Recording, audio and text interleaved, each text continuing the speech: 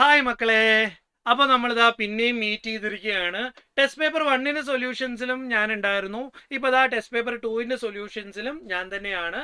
എന്നെ ഞാൻ ഒന്നും കൂടിയും പരിചയപ്പെടുത്താം. എൻ്റെ പേര് ലമീസ് നാസിം എന്നാണ്. അൺഅക്കാഡമിൻ്റെ പ്ലാറ്റ്ഫോമിൽ നിങ്ങൾക്ക് ബയോളജി എന്ന് പറയുന്ന സബ്ജക്റ്റിൻ്റെ സുവോളജി എന്ന് പറയുന്ന സ്പെഷ്യലൈസേഷനിൽ നിങ്ങൾക്ക് പഠിപ്പിക്കാനും അധ്യാപകനായിട്ടും മെൻറ്ററായിട്ടും ഒക്കെ നിങ്ങളുടെ കൂടെ നിൽക്കാൻ വേണ്ടിയിട്ടാണ് ഞാൻ വന്നിരിക്കുന്നത്. ഇന്ന് നമ്മൾ മീറ്റ് ചെയ്യാൻ പോകുന്നത് മോക്ക് ടെസ്റ്റ് എന്ന് പറയുന്ന കലാപരിപാടിയുടെ രണ്ടാമത്തെ ടെസ്റ്റിന്റെ സൊല്യൂഷൻസ് ഡിസ്കസ് ചെയ്യാനായിട്ടാണ്. ഓക്കെ അല്ലേ മക്കളെ? അപ്പോൾ ഈ കഴിഞ്ഞ രണ്ടാമത്തെ ടെസ്റ്റ് പേപ്പറിന്റെ സൊല്യൂഷൻ ആണ് നമ്മളിപ്പോൾ ഡിസ്കസ് ചെയ്യുന്നത്. നമ്മൾ നേരത്തെ ഇൻട്രോയിൽ പറഞ്ഞതുപോലെ നമുക്ക് ഇതിലേക്ക് പോകുമ്പോൾ നമുക്ക് ബയോളജി എന്ന് പറയുന്ന സെഗ്മെന്റ് മിക്സ്ഡ് അപ്പ് ആയിട്ടാണ് എന്ത് ചെയ്തിട്ടുള്ളത്, സൊല്യൂഷൻസ് കൊടുത്തിട്ടുള്ളത്. ഐ മീൻ ക്വസ്റ്റ്യൻസ് നിങ്ങളുടെ ക്വസ്റ്റ്യൻ പേപ്പറിൽ വന്നിട്ടുള്ളത്.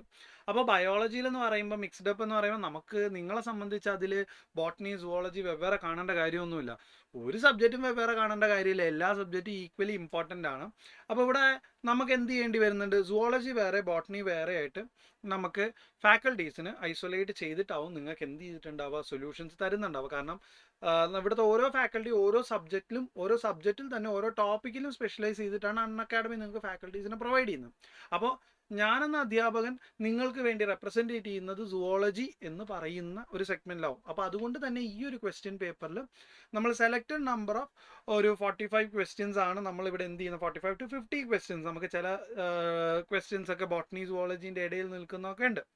അപ്പോൾ ഈ ക്വസ്റ്റ്യൻസ് ആയിരിക്കും ഞാൻ നിങ്ങൾക്ക് എന്ത് ചെയ്യുന്നുണ്ടാവുക, ഇന്ന് ഡിസ്കസ് ചെയ്യുന്നുണ്ടാവുക. അപ്പോൾ അതിൻ്റെ നമ്പർ ഞാനിവിടെ ക്വസ്റ്റ്യൻ പേപ്പറിലുള്ള നമ്പർ ഇവിടെ റെപ്രസെൻറ്റ് ചെയ്ത് കാണിക്കുന്നുണ്ടാവും. ആ നമ്പർ അനുസരിച്ച് നിങ്ങൾ എന്ത് ചെയ്താൽ മതി, സൊല്യൂഷൻ നിങ്ങളുടെ ക്വസ്റ്റ്യൻ പേപ്പർ ക്രോസ് വെരിഫൈ ചെയ്താൽ മതി. അപ്പോൾ ബയോളജിയിൽ നമ്മൾ ആദ്യമായിട്ട് ഡിസ്കസ് ചെയ്യാൻ പോകുന്നത് ക്വസ്റ്റ്യൻ നമ്പർ 91 ആണ്. ഓക്കെ അല്ലേ?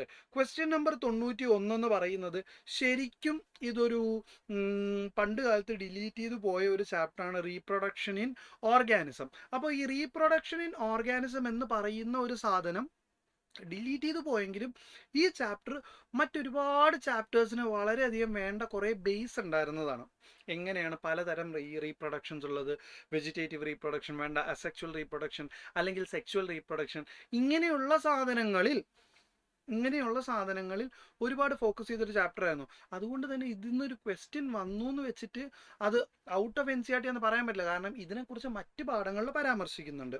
ഇവിടെ 91ാമത്തെ ചോദ്യത്തിൽ ഇൻകറക്റ്റ്ലി മാച്ച്ഡ് ഏതാണ് എന്നാണ് അവർ ചോദിച്ചിരിക്കുന്നത്. അപ്പോൾ ഇൻകറക്റ്റ്ലി മാച്ച്ഡ് ആയിട്ടുള്ളത് ഏതൊക്കെ എന്നുള്ളത് നമുക്ക് നോക്കാം. ഹൈഡ്ര റീപ്രൊഡ്യൂസ് ചെയ്യുന്നത് ബഡ്ഡിങ്ങിലൂടെയാണ്. വളരെ ശരിയാണ്. ഓക്കെ അല്ലേ? ഫേവറബിളും അൺഫേവറബിളും കണ്ടീഷൻസിൽ ഇവർ ഐഡന്റിക്കൽ ആയിട്ടുള്ള കുറച്ച് സ്ട്രക്ചേഴ്സ് ബഡ്സ് ഫോം ചെയ്തിട്ട് അതിൽ നിന്നാണ് റീപ്രൊഡ്യൂസ് ചെയ്യുന്നത്. ഹൈഡ്രയുടെ മെത്തഡോളജി അങ്ങനെയാണ്. വളരെ ശരിയാണ്. എന്നാൽ പ്ലനേറിയ എന്ന് പറഞ്ഞാൽ ശരിക്കും അത് ഒരു റീജനറേറ്റീവ് പ്ലാറ്റൈൽ മിന്തസ് ആണ്. നിങ്ങൾക്ക് വേണമെങ്കിൽ ഇവിടെ ഒരു ഫ്ലാറ്റ് വേമെന്നോ അല്ലെങ്കിൽ പ്ലാറ്റൈ ഹെൽമിന്തസ് എന്നൊക്കെ എന്ത് ചെയ്യാം, പറയാം. ഫ്ലാറ്റ് വേം എന്നോ പ്ലാറ്റൈ ഹെൽമിന്തസ് എന്നൊക്കെ പറയാം. അപ്പോൾ ഫ്ലാറ്റ് വേം അല്ലെങ്കിൽ പ്ലാറ്റൈ ഹെൽമിന്തസ് ആയിട്ടുള്ള റീജനറേറ്റ് ചെയ്യുന്ന ഒരു സ്പീഷീസ് ആണ് എന്ത്, പ്ലനേറിയ. നിങ്ങൾക്ക് NCERTയിൽ അനിമൽ കിങ്ഡത്തിൽ നിങ്ങൾക്ക് ഫൈലം പ്ലാറ്റൈൽ മിന്തസിന്റെ ഏകദേശം ഒരു നടുക്ക് വരികളിലായിട്ട് അതിന് എന്ത് ചെയ്യുന്നുണ്ട്, സൂചിപ്പിക്കുന്നുണ്ട്. പ്ലാറ്റൈൽ മിന്തസിന്റെയോ അല്ലെങ്കിൽ ഈ പറയുന്ന ഫ്ലാറ്റ് വേമിന്റെ എക്സാമ്പിൾസിൽ ടേനിയാർ ടൈപ്പ് വേം, ഫാസിയോളർ, ലിവർ ഫ്ലൂക്ക് എന്നേ കാണുള്ളൂ. പക്ഷെ പാരഗ്രാഫുകളുടെ ഇടകളിൽ കൂടെ നിങ്ങൾ വിരലോടിച്ച് പോയി കഴിഞ്ഞാൽ നിങ്ങൾക്ക് എന്ത് ചെയ്യാൻ പറ്റും, ഈ ഒരു മെൻഷനിങ് കാണാൻ പറ്റും. ഇതിൽ നിന്നും നമുക്ക് അടുത്തൊരു ഓപ്ഷനിലേക്ക് പോകാം. അമീബ റീജനറേഷൻ ചെയ്യുമത്രേ. അത് വളരെ വലിയൊരു തെറ്റാണ്. അമീബ റീജനറേറ്റ് ചെയ്യാറില്ല. എന്നാൽ അമീബ ഏത് രീതിയിലാണ് റീപ്രൊഡക്ഷൻ നടത്താറ്, ബൈനറി ഫിഷനിലൂടെയാണ്. ഓക്കെ അല്ലേ? ബൈനറി ഫിഷനിലൂടെയാണ് എന്ത്, അമീബ എന്ത് ചെയ്യുന്നത്, റീപ്രൊഡക്ഷൻ എന്ന് പറയുന്ന ഒരു പ്രോസസ്സ് നടത്തുന്നത്. ഓക്കെ അല്ലേ? അസെക്ച്വൽ തന്നെയാണ്, പക്ഷെ റീജനറേഷൻ അല്ല. റീജനറേറ്റ് എന്ന് പറഞ്ഞാൽ എന്താണ്, അറ്റുപോയൊരു സ്ഥലത്തു നിന്ന് പിന്നെയും ഉണ്ടാവുന്ന ഒരു പ്രോസസ്സാണ് എന്ത്, റീജനറേഷൻ. പക്ഷെ ഇവിടെ അറ്റുപോയടുത്തുനിന്ന് പിന്നെ റീജനറേറ്റ് ചെയ്യാനുള്ള കഴിവൊന്നും ആർക്കില്ല, അമീബയ്ക്കില്ല. അതുകൊണ്ട് തന്നെ അത് ഏർപ്പെടുന്ന ഒരു പ്രോസസ്സ് എന്താണ്? ബൈനറി ഫിഷൻ ആണ്. ബൈനറി ഫിഷനെയൊക്കെ കുറിച്ചിട്ട് നിങ്ങൾക്ക് അധികാരിപരമായിട്ട് പഠിക്കാം കേട്ടോ. ഇപ്പോൾ മനസ്സിലാക്കുക. ഇനി നമ്മൾ പ്ലാൻ കിങ്ഡത്തിലെ മോസസിന്റെ പരിപാടിയാണ് പറയുന്നത്. മോസസിന് ഒരു പ്രോട്ടോണീമൽ സ്റ്റേജ് ഉണ്ട്. ഓക്കെ അല്ലേ?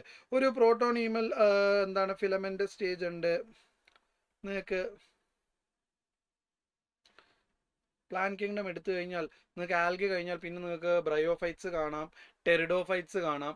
അപ്പോൾ ഇതിൽ നിങ്ങൾക്ക് എന്ത് ചെയ്യാൻ പറ്റും? മോസസിനെ കാണാൻ പറ്റും. ഈ മോസസിന് ഒരു പ്രോട്ടോണിമൽ സ്റ്റേജ് ഉണ്ടെന്നൊക്കെ അവിടെ വ്യക്തമായിട്ട് മെൻഷൻ ചെയ്തിട്ടുണ്ട്. അത് നമുക്ക് ബോട്ടണിയിൽ ഒരു സെഗ്മെന്റിൽ വരുന്നതാണ്. ഓക്കെ അല്ലേ? അപ്പോൾ ഇതിൽ ഒരേ ഒരു ഇൻകറക്റ്റ് ആയിട്ടുള്ളത് മൂന്നാമത്തെ ഓപ്ഷനാണ്. ഇനി നമുക്ക് അടുത്ത ചോദ്യത്തിലേക്ക് ഇതാ ഇവിടെ തന്നെ കൊടുത്തിട്ടുണ്ട്. അടുത്ത ചോദ്യം 92ാമത്തെ ചോദ്യം എന്താണ്? For both words in A biological name. പേര് പോലെ തന്നെ നമുക്ക് മനസ്സിലാക്കാം ഇത് ലിവിംഗ് വേൾഡ് എന്ന് പറയുന്ന ഒരു ചാപ്റ്ററിൽ നിന്നാണ്. If A they are separately underlined or B in italics to indicate their C origin. Okay അല്ലേ? അപ്പോൾ ഇതിൽ എ ബി സി എന്തൊക്കെയാണെന്നാണ് ലിവിംഗ് വേൾഡ് ഒരു ബൈനോമിയൽ നോമൻക്ലേച്ചറിനെ കുറിച്ച് സംസാരിക്കുന്ന സമയത്ത് അതിൻ്റെ റൂൾസ് ആൻഡ് റെഗുലേഷൻസിനെ ബേസ് ചെയ്തിട്ടുള്ള ഒരു സംഗതിയാണ് ഇവിടെ വന്നിരിക്കുന്നത്. അപ്പോൾ സെപ്പറേറ്റ്ലി എഴുതിയിട്ട് അണ്ടർലൈൻ ചെയ്തിട്ടുണ്ടെങ്കിൽ അത് കൈപ്പടയിൽ എഴുതിയതാണ്, അത് ഹാൻഡ് റിട്ടൺ ആണ്. ഓക്കെ അല്ലേ? അപ്പോൾ ഇതെന്തായിരിക്കും? ഹാൻഡ് റിട്ടൺ ആണ്. Or be in italics. Italics ആകുമ്പോൾ നമുക്ക് എഴുതിയാലൊന്നും മനുഷ്യന്മാർക്ക് മനസ്സിലാവില്ല. ഇയാൾ ഇറ്റാലിക്സ് ആണോ ഉദ്ദേശിച്ചത്, അല്ല നാടനാണോ ഉദ്ദേശിച്ചത്, അല്ലെങ്കിൽ റോമൻ ആണോ ഉദ്ദേശിച്ചതെന്നൊന്നും മനസ്സിലാവില്ല. അപ്പോൾ അതെന്തായിരിക്കും? പ്രിന്റഡ്. ടു ഇൻഡിക്കേറ്റ് സി എന്ന് പറയുന്നത് എന്ത് ഒറിജിനാണ്? ലാറ്റിൻ. ഓക്കെ അല്ലേ? അപ്പോൾ ഇത് ഇത്രയും കോമ്പിനേഷനിൽ വരുന്നത് ഏതാണ്? Option number 2, hand written, printed, Latin. ഇത്രയുമാണ് നമുക്ക് എന്തിൽ വരുന്നത്? ഈ പറയുന്ന 92ാമത്തെ ക്വസ്റ്റ്യനിൽ വരുന്നത്. ഇനി നമുക്ക് നേരെ പോവാം 104ാമത്തെ ക്വസ്റ്റ്യൻ. ഓക്കെ അല്ലേ? അപ്പോൾ 92 കഴിഞ്ഞാൽ പിന്നെ ഇടയിൽ വരുന്ന ഒക്കെ ബോട്ടണി ക്വസ്റ്റ്യൻസ് ആണ്. നിങ്ങൾക്ക് എന്ത് ചെയ്തു തരും? ഗോപിനാഥൻ സാറായിരിക്കും നിങ്ങൾക്കത് ഡിസ്കസ് ചെയ്യുന്നുണ്ടാവുക. ബോട്ടണി നിങ്ങൾക്ക് കുറച്ചും കൂടെ എനിക്ക് എടുക്കുന്നത് കൊണ്ടോ അല്ലെങ്കിൽ അദ്ദേഹത്തിന് സുവോളജി എടുക്കുന്നത് കൊണ്ടുള്ള ബുദ്ധിമുട്ടുണ്ടല്ല, നിങ്ങൾക്ക് ഏറ്റവും നല്ല കൺസെപ്റ്റ് ക്ലാരിറ്റിയിൽ അത് ഡെലിവറി ചെയ്യാൻ അൺഅക്കാഡമി നിങ്ങളെ സപ്പോർട്ട് ചെയ്യുന്നതാണ്. അപ്പോൾ അതിൽ സ്പെഷ്യലൈസ്ഡ് ആയിട്ടുള്ള ഫാക്കൽറ്റീസ് ആയിരിക്കും നിങ്ങൾക്കത് ചെയ്യുന്നുണ്ടാവുക. അപ്പോൾ 92ൽ നിന്ന് നമ്മൾ 104ലേക്കാണ് പോകുന്നത്. ഓക്കെ അല്ലേ? അപ്പോൾ എല്ലാവരും 104ാമത്തെ ക്വസ്റ്റ്യൻ വേണം പോകാൻ. 93 പോയിട്ട് ഇങ്ങനെ അന്തം വിട്ട് നിൽക്കരുത്. 104ാമത്തെ ക്വസ്റ്റ്യനിലേക്ക് പോകണം. 93ാമത്തെ ക്വസ്റ്റ്യൻ നിങ്ങൾക്ക് എന്ത് ചെയ്യാൻ പറ്റും? ബോട്ടണിയുടെ വീഡിയോസ് എടുത്തിട്ട് നിങ്ങൾക്ക് എന്ത് ചെയ്യാൻ പറ്റും? റെഫർ ചെയ്യാൻ പറ്റും. ഓക്കെ. അപ്പോൾ ഞാൻ ഇടയ്ക്കിടയ്ക്ക് അത് പറയില്ല, നിങ്ങളത് കറക്റ്റായിട്ട് അത് നോട്ടിഫൈ ചെയ്ത് അത് കറക്റ്റായിട്ട് ശ്രദ്ധിച്ച് വേണം ചെയ്യാൻ. ഓക്കെ അല്ലേ? കാരണം നമ്മുടെ ബയോ ആണ് സബ്ജക്റ്റ്. ബയോ വരുമ്പോൾ ബോട്ടണിക്ക് സുവോളജിക്ക് ഒരു സെപ്പറേഷൻ വരും. എക്സാംസ് ചിലപ്പോൾ നമ്മൾ മേർജ് ചെയ്തിട്ടാവും കണ്ടക്ട് ചെയ്യുക, ചിലപ്പോൾ സെപ്പറേറ്റ്ലി ആവും കണ്ടക്ട് ചെയ്യുക. പല കൺസെപ്റ്റ്സും നമുക്ക് അങ്ങോട്ടും ഇങ്ങോട്ട് എല്ലാത്തിലും ഒരു അങ്ങോട്ടും ഇങ്ങോട്ടൊരു ചെറിയൊരു ചായ്വുണ്ട്. ഫിസിക്സിൻ്റെ കെമിസ്ട്രിയിലോട്ടും കെമിസ്ട്രിയിലെ ഫിസിക്സിലോട്ടും വളരെ മൈൽഡ് ആയിട്ടുണ്ടെങ്കിലും ബയോളജി എന്ന് പറഞ്ഞാൽ അങ്ങനെയല്ല. അത് ഈ പറയുന്ന പോലെ പഞ്ചസാരയും വെള്ളവും അല്ലെങ്കിൽ ഉപ്പും വെള്ളവും അല്ലെങ്കിൽ മണ്ണെണ്ണയും പെട്രോളും പോലെ ഭയങ്കരമായിട്ടും കമ്പൈൻഡ് ആയിട്ട് നിൽക്കുന്ന, വേരിയബിൾ ആയിട്ട് നിൽക്കുന്ന അല്ലെങ്കിൽ മേർജ്ഡ് ആയിട്ട് നിൽക്കുന്ന ഒരു സബ്ജക്റ്റാണ്. അതുകൊണ്ട് തന്നെ നമുക്ക് ഇത്തരം കാര്യങ്ങൾ നമുക്ക് വെട്ടിമുറിച്ച് നിങ്ങൾക്ക് പഠിക്കേണ്ട കാര്യമില്ല, നിങ്ങളെല്ലാം ഒറ്റയ്ക്ക് തന്നെ പഠിക്കണം. ഇനി 104ാമത്തെ ചോദ്യം നോക്കാം. The biochemical nature of transforming principle was defined by. Question തന്നെ നമുക്ക് മനസ്സിലാക്കാം. ഇതെന്ന് പറയുന്നത് മോളിക്കുലാർ ബേസിസിലാണ്. മോളിക്കുലാർ ബേസിസ് എന്ന് പറയുന്ന ചാപ്റ്ററിൽ നിങ്ങൾ എടുത്തു കഴിഞ്ഞാൽ ആദ്യം കുറച്ച് ഇൻട്രൊഡക്ഷൻ ഉണ്ടാവും, പിന്നെ DNA എന്ന് പറയുന്ന ഒരു ടോപ്പിക് ഉണ്ടാവും. DNA എന്ന് പറയുന്ന ടോപ്പിക്ക് കഴിഞ്ഞു കഴിഞ്ഞാൽ തൊട്ട് താഴെ നമുക്ക് എന്തുണ്ടാവും? സെർച്ച് ഫോർ ജനറ്റിക് മെറ്റീരിയൽ ഉണ്ടാവും. സെർച്ച് ഫോർ ജനറ്റിക് മെറ്റീരിയൽ ഇങ്ങനെ വായിച്ച് വരുമ്പോൾ നമുക്ക് എന്ത് കിട്ടും? അവിടെ ഗ്രിഫിത്തിൻ്റെ ഒരു എക്സ്പെരിമെൻ്റ് ഇങ്ങനെ കാണാൻ പറ്റും. ഗ്രിഫിത്തിൻ്റെ എക്സ്പെരിമെൻ്റ് കഴിഞ്ഞു കഴിഞ്ഞാൽ നമുക്ക് കാണാൻ പറ്റുന്ന ഒരു സാധനമാണ് എന്ത്? ബയോകെമിക്കൽ ക്യാരക്ടറൈസേഷൻ ഓഫ് അല്ലെങ്കിൽ biochemical nature of transforming principle. ഇതാരൊക്കെയാണ് പറഞ്ഞതെന്ന് വെച്ചാൽ ഇവർ 3 പേരുമാണ്. Avery, MacLeod and McCarty. MC Carty. നമ്മൾ പഠിക്കാൻ വേണ്ടിയിട്ട് എന്ത് ചെയ്യാൻ വേണ്ടിയിട്ടാണ്, എളുപ്പത്തിനാണ് എന്ത് ചെയ്തത്? മെക്കാർട്ടി എന്ന് പറയാറ്. ഓക്കെ അല്ലേ? ഇവർ 3 പേരും ഡിഫൈൻ ചെയ്ത ഒരു പ്രിൻസിപ്പിളാണ്. എന്താണ് ഈ എക്സ്പെരിമെൻറ്റിൽ പറയുന്നതെന്ന് വേണമെങ്കിൽ ഞാനൊന്ന് ജസ്റ്റ് ഒരു മെൻഷനിങ് കൊടുക്കാം. പക്ഷേ ഇത് നിങ്ങൾ ആധികാരികപരമായിട്ട് നിങ്ങൾ എന്ത് ചെയ്യണം? പുസ്തകം എടുത്ത് തന്നെ പറയണം. ഞാൻ അതിൻ്റെ ഒരു ട്രാക്ക് പറഞ്ഞു തന്നു. മോളിക്കുലാർ ബേസിസ് എടുക്കുക, DNA കഴിയുക, അത് കഴിഞ്ഞിട്ട് സെർച്ച് ഫോർ ജനറ്റിക് മെറ്റീരിയൽ ആദ്യത്തെ എക്സ്പെരിമെൻ്റ് അല്ല, രണ്ടാമത്തെ എക്സ്പെരിമെൻ്റ് എടുത്ത് റെഫർ ചെയ്യേണ്ടതാണ്. ഇതിലെന്താണ് ഈ എക്സ്പെരിമെൻ്റ് പറയുന്നത്? നോൺ വൈറുലൻ്റ് നോൺ വിറുലന്റ് അല്ലെങ്കിൽ വൈറുലന്റ്. ആർ സ്ട്രെയിൻ ആയിട്ടുള്ള ആൾക്കാര് ആരാണത്? Streptococcus pneumonia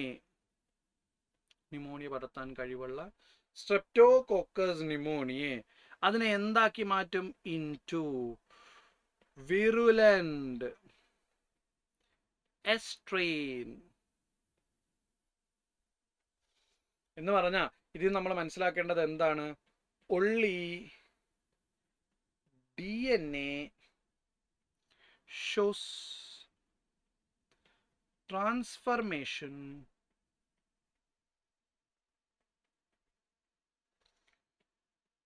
not RNA or proteins. ഇത്രയുമാണ് ഈ എക്സ്പെരിമെന്റിൽ എനിക്ക് ഈ ഒരു ചെറിയ ഗ്യാപ്പ് ഓഫ് ടൈമിൽ നിങ്ങൾക്ക് പറഞ്ഞു തരാൻ പറ്റുന്ന എക്സ്പ്ലനേഷൻ. കുറേ പറയാനുണ്ട്. ജെനറ്റിക്സ് എന്ന് പറഞ്ഞാലും തീരാത്തൊരു സാധനമാണ്. എന്നാലും ഒരു ചെറിയൊരു എക്സ്പ്ലനേഷൻ, കാരണം നമ്മൾ കുറച്ചെങ്കിലും ഒക്കെ എന്ത് ചെയ്യുക, ഫോക്കസ് ചെയ്യേണ്ട ചില ഏരിയാസ് ഒക്കെയാണ് ജെനറ്റിക്സ്.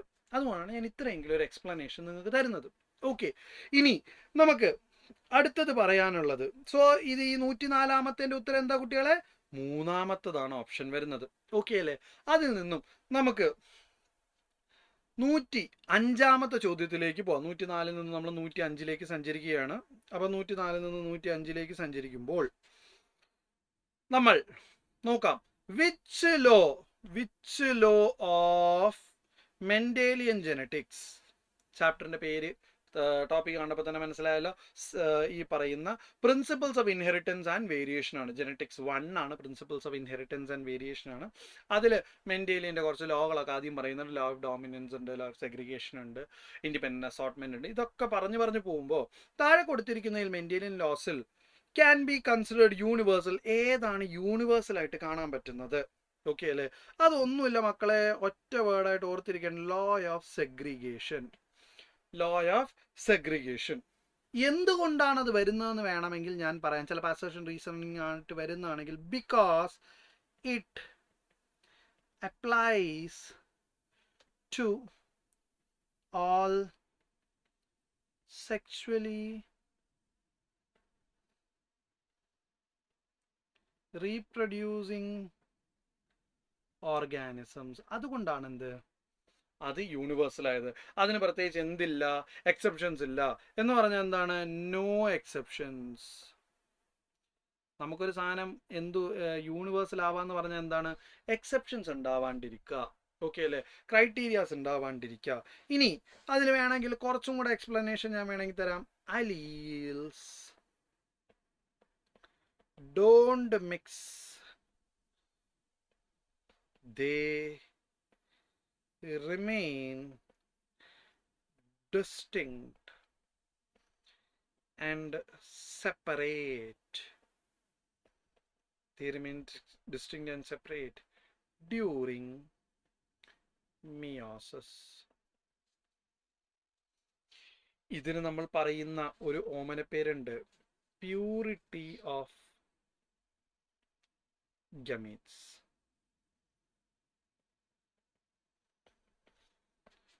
ഇതാണ് എന്ത് 105-ാമത്തെ ക്വസ്റ്റ്യന് എനിക്ക് തരാൻ പറ്റുന്ന ഒരു എക്സ്പ്ലനേഷൻ. എന്തുകൊണ്ടാണ് മെൻഡേലിയൻ ലോസിൽ ലോ ഓഫ് സെഗ്രിഗേഷൻ യൂണിവേഴ്സൽ ആയെന്ന് പറഞ്ഞാൽ എല്ലാ സെക്ഷുവലി റീപ്രൊഡ്യൂസിങ് ഓർഗാനിസംസിന് ഇത് അപ്ലിക്കബിൾ ആണ്, എക്സെപ്ഷൻസ് ഇല്ലാതെ. ഇതിൽ നമ്മൾ മനസ്സിലാക്കേണ്ട കാര്യം എന്താ? അലീൽസ് എന്ത് ചെയ്യില്ല, മിക്സ് ചെയ്യില്ല. അവരവരുടെ സ്ഥാനത്ത് തന്നെ ഡിസ്റ്റിങ്ക്റ്റ് ആയിട്ട് നിൽക്കും, സെപ്പറേറ്റ് ആയിട്ട് തന്നെ നിൽക്കും മിയോസിസിൽ. ഇതിന് നമ്മൾ വിളിക്കുന്ന ഓമന പേരെന്താണ്? പ്യൂരിറ്റി ഓഫ് ഗമേറ്റ്സ് എന്നാണ്. ഓക്കെ അല്ലേ മക്കളെ? ഓക്കെ ആണ്, ഓക്കെ ആവണം കേട്ടോ. അപ്പോൾ നമ്മൾ നേരെ പോകുന്നത് 106-ാമത്തെ ക്വസ്റ്റ്യനിലേക്കാണ്. നോക്കൂ, 106-ാമത്തെ ക്വസ്റ്റ്യനിലേക്ക് നമ്മൾ പോകുമ്പോൾ 106-ാമത്തെ ക്വസ്റ്റ്യൻ പറയുമ്പോൾ നമുക്ക് genetic code translates the language. വളരെ സിമ്പിളാണ്, നിങ്ങൾക്ക് എല്ലാവർക്കും അറിയാം. DNA RNA ആക്കുന്ന പരിപാടി ആണ് ട്രാൻസ്ക്രിപ്ഷൻ. RNA പ്രോട്ടീൻ ആക്കുന്ന പരിപാടിയാണ് എന്ത്? ട്രാൻസ്ലേഷൻ. ഇവിടെ നോക്കൂ, ജനറ്റിക് കോഡ് ട്രാൻസ്ലേറ്റ്സ്. അപ്പോൾ ഇതിൻ്റെ ഈ RNA നമ്മൾ പ്രോട്ടീൻ ആക്കുന്ന പരിപാടിയിൽ നമുക്ക് ജനറ്റിക് കോഡിൻ്റെ ഒരു സംഗതി ഉണ്ട്. അത് നമുക്ക് ജനറ്റിക്സ് പഠിക്കുമ്പോൾ നിങ്ങളതൊക്കെ വൃത്തിയിൽ പഠിക്കും കേട്ടോ. അപ്പോൾ നിങ്ങൾ പഠിച്ചിട്ടുണ്ടെങ്കിൽ നിങ്ങളതെല്ലാം വൃത്തിയിൽ മനസ്സിലാക്കിയിട്ടുണ്ടാവും. ഈ പറയുന്ന സാധനം RNA to protein option number 2. Okay അല്ലേ? ഇനി 107ാമത്തെ ചോദ്യം 107 നോക്കൂ. Which of the following given statements is not correct with respect to human gametes? മനുഷ്യന്റെ ഗമേറ്റ്സിൽ താഴെ കൊടുത്തിരിക്കുന്നതിൽ എന്തൊക്കെയാണ് കറക്റ്റ് അല്ലാത്ത? ഓപ്ഷൻസ് കണ്ടതുകൊണ്ട് ഞാൻ ആദ്യം തന്നെ ഒരു ഇൻഫർമേഷൻ തരാം. മെയിലാണോ? എന്താണ് സെക്സ് ക്രോമസോംസിന്റെ അവസ്ഥ? എക്സും വൈയും. ഫീമെയിൽ ആണോ? എക്സും എക്സും.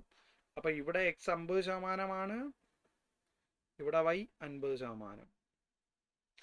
ഇവിടെ എക്സ് 50%, രണ്ടാമത്തെ എക്സും 50%. അപ്പം ടോട്ടൽ 100%. ഈ ഒരു കൺസെപ്റ്റ് മനസ്സിലാക്കി വെച്ചിട്ട് നമ്മൾ നോക്കിക്കഴിഞ്ഞാൽ 50% of the sperms contain X chromosome ശരിയാണ്, 50% സ്പേംസ് കണ്ടെയ്ൻ വൈ ക്രോമസോം ശരിയാണ്, 100% of the eggs contain X chromosome അതും ശരിയാണ്. പക്ഷെ only 50% of the eggs contain X chromosome അത് ശരിയല്ലല്ലോ, അത് തെറ്റാണ്. സോ ഇവിടെ അതാണ് ഉത്തരം. ഇത്രയേ ഉള്ളൂ. കാണുമ്പോൾ നമുക്ക് ജനറ്റിക്സ് എന്ന് കാണുമ്പോഴേ നമ്മുടെ കുട്ടികൾക്ക് കുറച്ചൊരു ബുദ്ധിമുട്ട് തോന്നും, അയ്യോ അത് നമുക്ക് പറ്റിയതല്ല എന്നുള്ളത്. ജനറ്റിക്സിലേക്ക് പോവാതെ തന്നെ ജനറ്റിക്സിന്റെ പല ഉത്തരങ്ങളും നമുക്ക് മറ്റ് പാഠങ്ങളിൽ നിന്ന് കിട്ടും. ഇപ്പം ഇത് ശരിക്കും നമ്മൾ ഈ ജനറ്റിക്സ് പഠിച്ചിട്ടില്ല എങ്കിൽ പോലും ഹ്യൂമൻ റീപ്രൊഡക്ഷൻ എന്ന് പറയുന്ന ചാപ്റ്ററിൽ നിങ്ങൾ ഫെർട്ടിലൈസേഷൻ്റെ ഒരു സ്ഥലത്ത് ചെറുങ്ങനെ ഇതിനെക്കുറിച്ചിട്ട് വളരെ മൈൽഡായിട്ട് ഇതിനെക്കുറിച്ചിട്ട് പറയുന്നുണ്ട്. ഓക്കെ അല്ലേ? വരുന്ന സ്പേം എഗ്ഗുമായിട്ട് ഫ്യൂസ് ചെയ്യുമ്പോൾ ഉണ്ടാവുന്ന കുട്ടി ആണാണോ പെണ്ണാണോ എന്നൊക്കെ ഡിറ്റർമിൻ ചെയ്യുന്ന ഒരു സ്ഥലത്ത് ഇതിനെക്കുറിച്ചിട്ടൊക്കെ ചെറിയ പരാമർശങ്ങളുണ്ട്. ഓക്കെ അല്ലേ? ഇതൊക്കെ ജനറ്റിക്സിലെ വളരെ ബേസിക് ക്വസ്റ്റ്യൻസ് ആണ്. ഇനി 107 നിന്നും നമ്മുടെ അടുത്ത ചോദ്യം നമുക്ക് നോക്കാം. 111 നോക്കിക്കോണേ മക്കളെ, 111ാമത്തെ ക്വസ്റ്റ്യൻ ആണ്. 111ാമത്തെ ക്വസ്റ്റ്യനിലേക്ക് പോകുമ്പോൾ നമുക്ക് മനസ്സിലാക്കണം, ഇതിനൊരു ചെറിയ കറക്ഷൻ ഉണ്ട്. NCERTയിൽ തന്നിരിക്കുന്ന it is hard to believe that there are more than 2 lakh species of answer. 2 lakh അല്ല, ശരിക്കും 20,000 ഉള്ളൂ കേട്ടോ.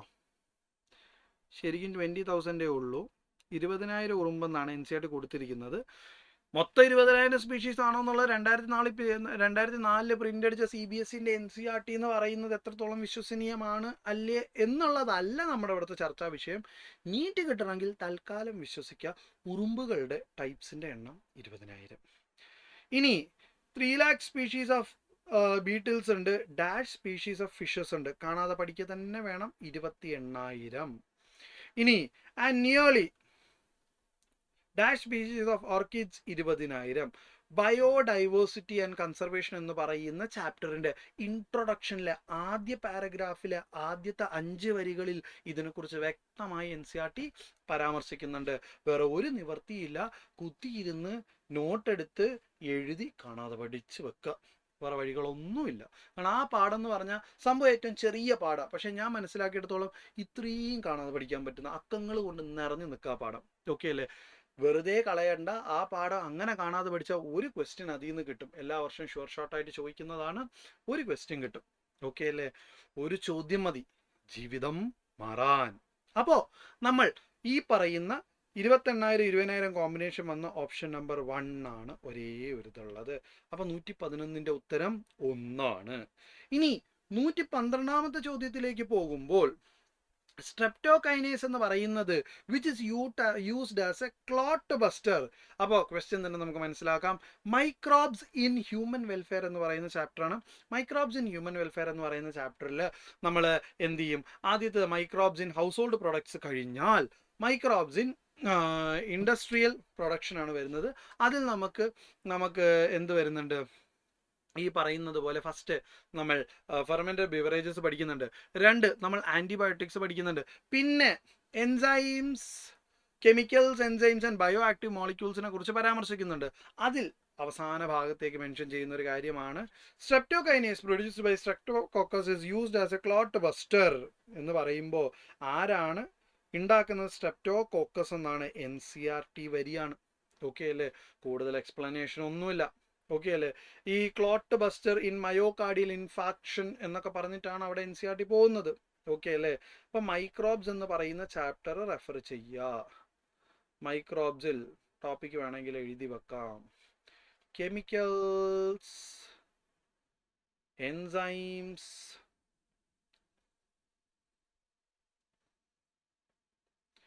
Bioactive molecules.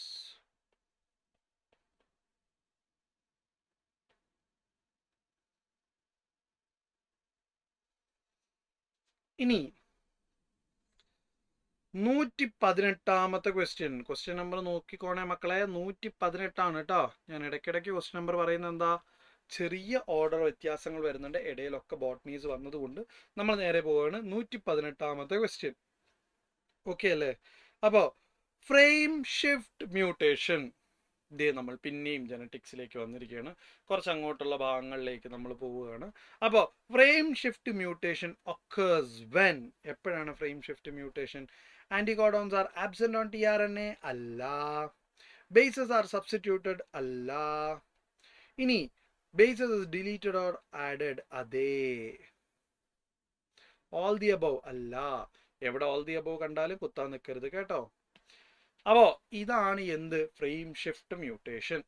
ഓക്കെ അല്ലേ? ഫ്രെയിം ഷിഫ്റ്റ് മ്യൂട്ടേഷൻ എന്താണെന്നും നമ്മളതിനോട് കുറച്ച് ആ ഒരു DNA ഫിംഗർ ഒക്കെ ആ ഒരു പോർഷൻ നമ്മൾ കുറച്ചേറെ പറയാനുണ്ട്. അവിടെ ഒരുപാട് ടോപ്പിക്സ് ഇങ്ങനെ അടുപ്പിച്ച് ഇങ്ങനെ ടെർമിനോളജീസ് കിടപ്പുണ്ട്. അതൊക്കെ നന്നായിട്ടൊന്ന് റെഫർ ചെയ്യണം കേട്ടല്ലോ.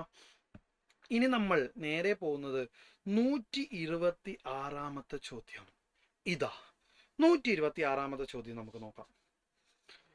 ഇതും നമുക്ക് വേണമെങ്കിൽ ഒരു ലിവിങ് വേൾഡ് ചാപ്റ്റർ ആയിട്ടൊക്കെ നമുക്ക് കരുതപ്പെടാം. ഓക്കെ അല്ലേ?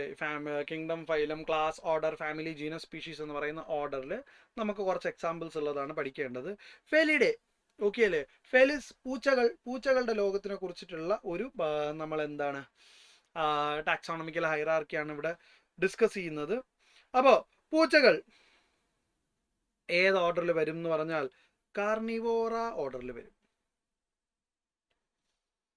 Families Canidae. ഓക്കെ അല്ലേ? അപ്പോൾ നമുക്ക് എന്തിൽ വിചാരിക്കാം? Option number 4.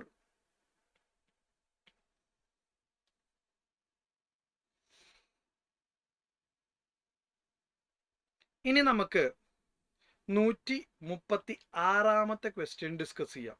136 നോക്കിക്കോണേ. ക്വസ്റ്റ്യൻ നമ്പർ നോക്കിക്കോണേ. Select the incorrect statement with respect to Porifera.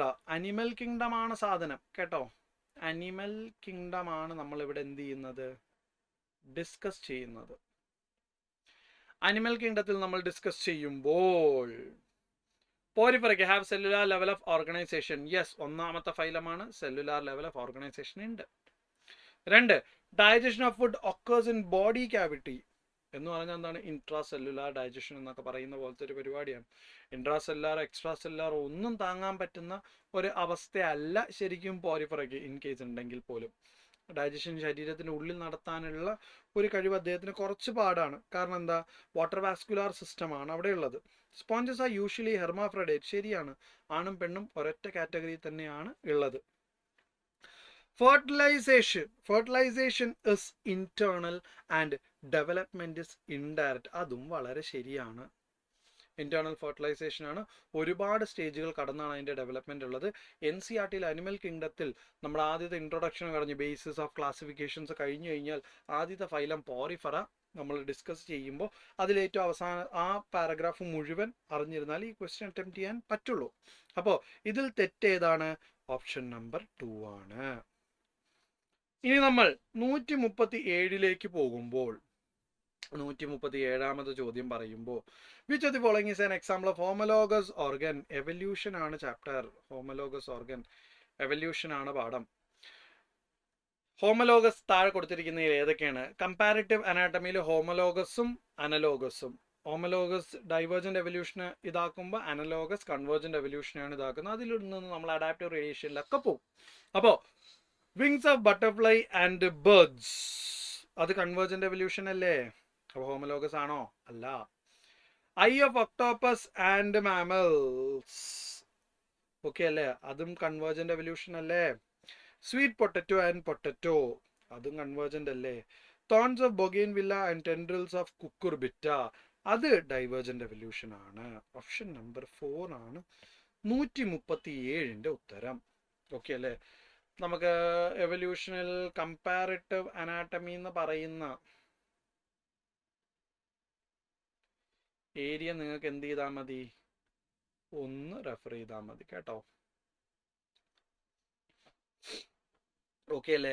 സമയത്തിൻ്റെ പരിമിതികൾ കൊണ്ടും നിങ്ങൾക്ക് ഒരുപാട് പഠിക്കാനുള്ളത് കൊണ്ടും വീഡിയോയ്ക്ക് അധികം ലെങ്ത് വരുത്താതെ നിങ്ങളെ ബോറടിപ്പിക്കാണ്ടിരിക്കാനും വേണ്ടിയിട്ടാണ് ഞാൻ എന്ത് ചെയ്തു തരുന്നത്, നിങ്ങൾക്ക് എക്സ്പ്ലനേഷൻ്റെ ഒപ്പം ഇത് പുസ്തകത്തിൻ്റെ ഏത് ഭാഗത്താണ്, കാരണം നിങ്ങൾ പുസ്തകത്തിൽ എവിടെയാണെന്ന് അറിഞ്ഞുകൂടാത്തത് കൊണ്ടല്ല, ഇതിൽ ഒരുപാട് മക്കളുണ്ട്, എല്ലാവർക്കും എല്ലാം അറിഞ്ഞോണമെന്നില്ല. അപ്പോൾ ചിലർക്ക് ഇത് എവിടെയാണ് പുസ്തകത്തിലെന്ന് അറിയില്ല എന്നുണ്ടെങ്കിൽ നിങ്ങൾക്കത് ഇൻഫോർമേറ്റീവായിട്ട് പറഞ്ഞു തരുന്നതാണ്. ഓക്കെ അല്ലേ മക്കളെ. അപ്പോൾ നമ്മൾ 137 നിന്നും ഓർഡർ ആയിട്ട് നമ്മൾ 138 തന്നെയാണ് പോകുന്നത്. വാസ് ഡിഫറൻസ്, പേര് പോലെ തന്നെ നമുക്കറിയാം ഹ്യൂമൻ റീപ്രൊഡക്ഷൻ ആണ് എന്ത് പാഠം, ഹ്യൂമൻ റീപ്രൊഡക്ഷൻ. അപ്പോൾ ഹ്യൂമൻ റീപ്രൊഡക്ഷൻ പാഠത്തിൽ വാസ് ഡിഫറൻസ് എന്ന് പറയുന്നത് receives ducts from seminal vesicle and opens into urethra as എന്തായിട്ടാണ്. വാസ് ഡിഫറൻസ് സെമിനൽ വെസിക്കിളിൽ നിന്നും ഡക്നെ റിസീവ് ചെയ്ത് യുറീത്രയിലേക്ക് ഓപ്പൺ ചെയ്യുന്നത് ആരായിട്ടാണ്. അപ്പോൾ ഇത് നമ്മൾ മനസ്സിലാക്കേണ്ട ഒരു ചോദ്യം, നമ്മൾ എന്ത് ചെയ്യണം, മെയിൽ റീപ്രൊഡക്റ്റീവ് സിസ്റ്റത്തിൽ ആക്സസറി ഡക്സിനെ കുറിച്ചിട്ടും ആക്സസറി ഗ്ലാൻസിനെ കുറിച്ചിട്ടും വ്യക്തമായി അറിഞ്ഞിരുന്നാൽ മാത്രമേ നമുക്ക് എന്ത് ചെയ്യാൻ പറ്റുള്ളൂ, ഇത് പറയാൻ പറ്റത്തുള്ളൂ. Male reproductive system, male reproductive system ഇതറിഞ്ഞിരുന്നാൽ മാത്രമേ നമുക്ക് ചെയ്യാൻ പറ്റുള്ളൂ. അപ്പോൾ യുറീത്രയിലേക്ക് കയറുമ്പോൾ വാസ് ഡിഫറൻസ് എന്തായിട്ടാണ് എന്ത് ചെയ്യുന്നത്, കയറുന്നത് ഇജാക്കുലേറ്ററി ഡക്റ്റ് ആയിട്ടാണ് കയറുന്നത്. NCERT-യിൽ വ്യക്തമായി കൊടുത്തിരിക്കുന്ന ഒരു സാധനമാണ് ഹ്യൂമൻ റീപ്രൊഡക്ഷൻ. 1, 2, 3-ാമത്തെ പേജിൽ ഏകദേശം അത് എന്ത് ചെയ്തിട്ടുണ്ട്, വ്യക്തമായിട്ട് കൊടുത്തിട്ടുണ്ട് കേട്ടോ. ഇനി 139 identify the wrong statement with respect to neuron from the following. Okay അല്ലേ. ന്യൂറൽ കൺട്രോൾ ആണ് ചാപ്റ്റർ വരുന്നത്. ന്യൂറൽ കൺട്രോൾ ആണ് ചാപ്റ്റർ വരുന്നത്. ന്യൂറൽ കൺട്രോളിൽ എന്താണ് ചോദിച്ചിരിക്കുന്നത് നമുക്ക് നോക്കാം. It consist of 3 parts, namely cell body, dendrites and axon. ശരിയാണല്ലോ, തെറ്റല്ലേ കണ്ടുപിടിക്കാൻ പറഞ്ഞു. 3 ഭാഗങ്ങളാണ് ന്യൂറോണുള്ള. ഒരു സെൽ ബോഡി ഉണ്ട്, ഡെൻഡ്രൈറ്റ് ഉണ്ട്, പിന്നെ ഒരു താഴോട്ട് കൊലച്ച് നിൽക്കുന്ന ആക്സോണും ഉണ്ട്. ഇനി രണ്ടാമത്തെ കാര്യം എന്താണ്, Nissl's granule are present in cell body and dendrites. Okay അല്ലേ. അപ്പോൾ നിസൽസ് ഗ്രാന്യൂൾ ഇങ്ങനെ നമുക്ക് ആ ഡയഗ്രാം കാണുമ്പോൾ തന്നെ കാണാം, കുത്തായിട്ട് കിടക്കുന്ന ഗ്രാന്യൂൾസ് ആണ്. അത് സെൽ ബോഡിയിലും ഉണ്ട് ഡെൻഡ്രൈറ്റിലും ഉണ്ട്. വളരെ ശരിയല്ലേ. ഓക്കെ അല്ലേ. Axon is A long fibre. ശരിയാണ്, ആക്സോൺ താഴോട്ട് കൊലച്ച് നിൽക്കുന്ന ലോങ് ഫൈബർ ആണ്. വിച്ച് ട്രാൻസ്മിറ്റ്സ്, അതെന്ത് ചെയ്യും, ട്രാൻസ്മിറ്റ് ചെയ്യും, അത് ട്രാവൽ ചെയ്യിക്കും, അത് കടത്തിവിടും. നെർവ് ഇമ്പൾസ്, അതുവരെയും ശരിയാണ്. Towards the cell body, cell body അല്ല, സെൽ ബോഡി അല്ല. ടുവേർഡ്സ് ദി നമുക്ക് എന്ത് പറയാം, സിനാപ്സ് അല്ലെങ്കിൽ synaptic knob, towards synapse. Okay അല്ലേ. അപ്പൊ അവിടെ എന്ത് വന്നു, ഒരു തെറ്റ് വന്നു. അപ്പൊ നമുക്ക് എന്ത് പറയാം, 3-ാമത്തതാണ് തെറ്റ്, അതാണ് ഇവിടുത്തെ ഉത്തരം. ഓക്കെ അല്ലേ. അപ്പോൾ ഇവിടുത്തെ തെറ്റുത്തരം എന്താണെന്നാണ് അവർ ചോദിച്ചത്, നമ്മളത് കണ്ടുപിടിച്ചു. ഇനി നമുക്ക് 140ലേക്ക് പോകാം. 140-ാമത്തെ ചോദ്യം, read the given statements and identify the biomolecule. ദാ പേര് പോലെ തന്നെ ചാപ്റ്ററിന്റെ പേരുണ്ട്, ബയോമോളിക്യൂൾ ഏതാണെന്ന് ഐഡന്റിഫൈ ചെയ്യണം. ഓക്കെ അല്ലേ. അപ്പോൾ ബയോമോളിക്യൂൾ ഏതാണെന്ന് നമ്മൾ ഐഡന്റിഫൈ ചെയ്യുമ്പോൾ, 140-ാമത്തെ ബയോമോളിക്യൂൾ നമ്മൾ ഐഡന്റിഫൈ ചെയ്യുമ്പോൾ, it the polymer of glucose. അപ്പം നമുക്ക് എന്ത് മനസ്സിലാക്കാം, പോളിസാക്കറൈഡ് ആണ്. ഇനി beta glycosidic bond R present. ഇത് നിങ്ങൾ അറിഞ്ഞിരിക്കണമെങ്കിൽ +1 ബയോമോളിക്യൂൾ മാത്രം അറിഞ്ഞിരുന്നാൽ പോരാ, +2ന്റെ ബയോമോളിക്യൂളും കൂടി നിങ്ങൾ അറിഞ്ഞിരുന്നാൽ മാത്രമേ കുറച്ചും കൂടെ നിങ്ങൾക്ക് മനസ്സിലാവൂ. ഗ്ലൈക്കോസിഡിക് ബോണ്ട് ഉണ്ട് എന്ന് +1 NCERT പറയുന്നുണ്ടെങ്കിലും ബീറ്റ ഗ്ലൈക്കോസിഡിക് ബോണ്ട് ഉണ്ടോ ഇല്ലയോ എന്നുള്ളത് അറിയണമെങ്കിൽ +2ലെ ബയോമോളിക്യൂളും കൂടി അറിഞ്ഞിരിക്കണം. ഓക്കെ, കണക്ട് ചെയ്ത് ക്വസ്റ്റ്യൻ ഇട്ടു എന്ന് പറഞ്ഞ് നമുക്ക് അതിന് പ്രത്യേകിച്ച് പരാതികളൊന്നും പറയാൻ പറ്റില്ല. അപ്പോൾ ബീറ്റ ഗ്ലൈക്കോസിഡിക് ബോണ്ട് പ്രസന്റ് ആണോ? ആണ്. It is A structural polysaccharide. Okay അല്ലേ. ഇതിൽ നിന്നൊക്കെ നമുക്ക് എന്ത് മനസ്സിലാക്കാം? ആശാന്റെ പേര് സെല്ലുലോസ് എന്നാണ്. ഓക്കെ അല്ലേ? ആശാന്റെ പേരെന്താണ്? സെല്ലുലോസ് എന്നാണ്. അപ്പം 140ന്റെ ഉത്തരം എന്തായി? 4ആയി. ഓക്കെ അല്ലേ? ഒരു സ്ട്രക്ചറൽ പോളിസാക്കറൈഡ് ആണ്. അതിന് വ്യക്തമായിട്ടൊരു സ്ട്രക്ചർ ഉണ്ട്. അതിന് ബീറ്റ ഗ്ലൈക്കോസിഡിക് ബോണ്ട് ഉണ്ടെങ്കിൽ നമുക്കത് മനസ്സിലാക്കാം എന്ത്? അത് സെല്ലുലോസ് ആണ്. ഇനി 141ലേക്ക് പോകാം. ദേ പിന്നെയും നമ്മൾ അനിമൽ കിങ്ഡത്തിലേക്ക് വന്നു. ഓക്കെ അല്ലേ? അനിമൽ കിങ്ഡത്തിലേക്ക് വന്നു. അനിമൽ കിങ്ഡത്തിലേക്ക് വരുമ്പോൾ following endoskeleton as calcareous ossicles.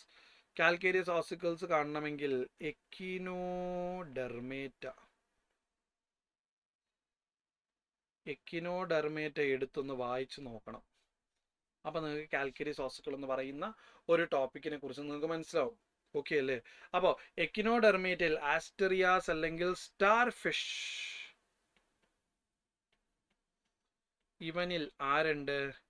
Calcareous ഓസിക്കിൾ ഉണ്ട്. അപ്പം 141ന്റെ ഉത്തരം എന്താണ്? 1 കേട്ടോ മക്കളെ. ഇനി 142. Which of the following WBCs participate directly in phagocytosis of foreign substances in blood?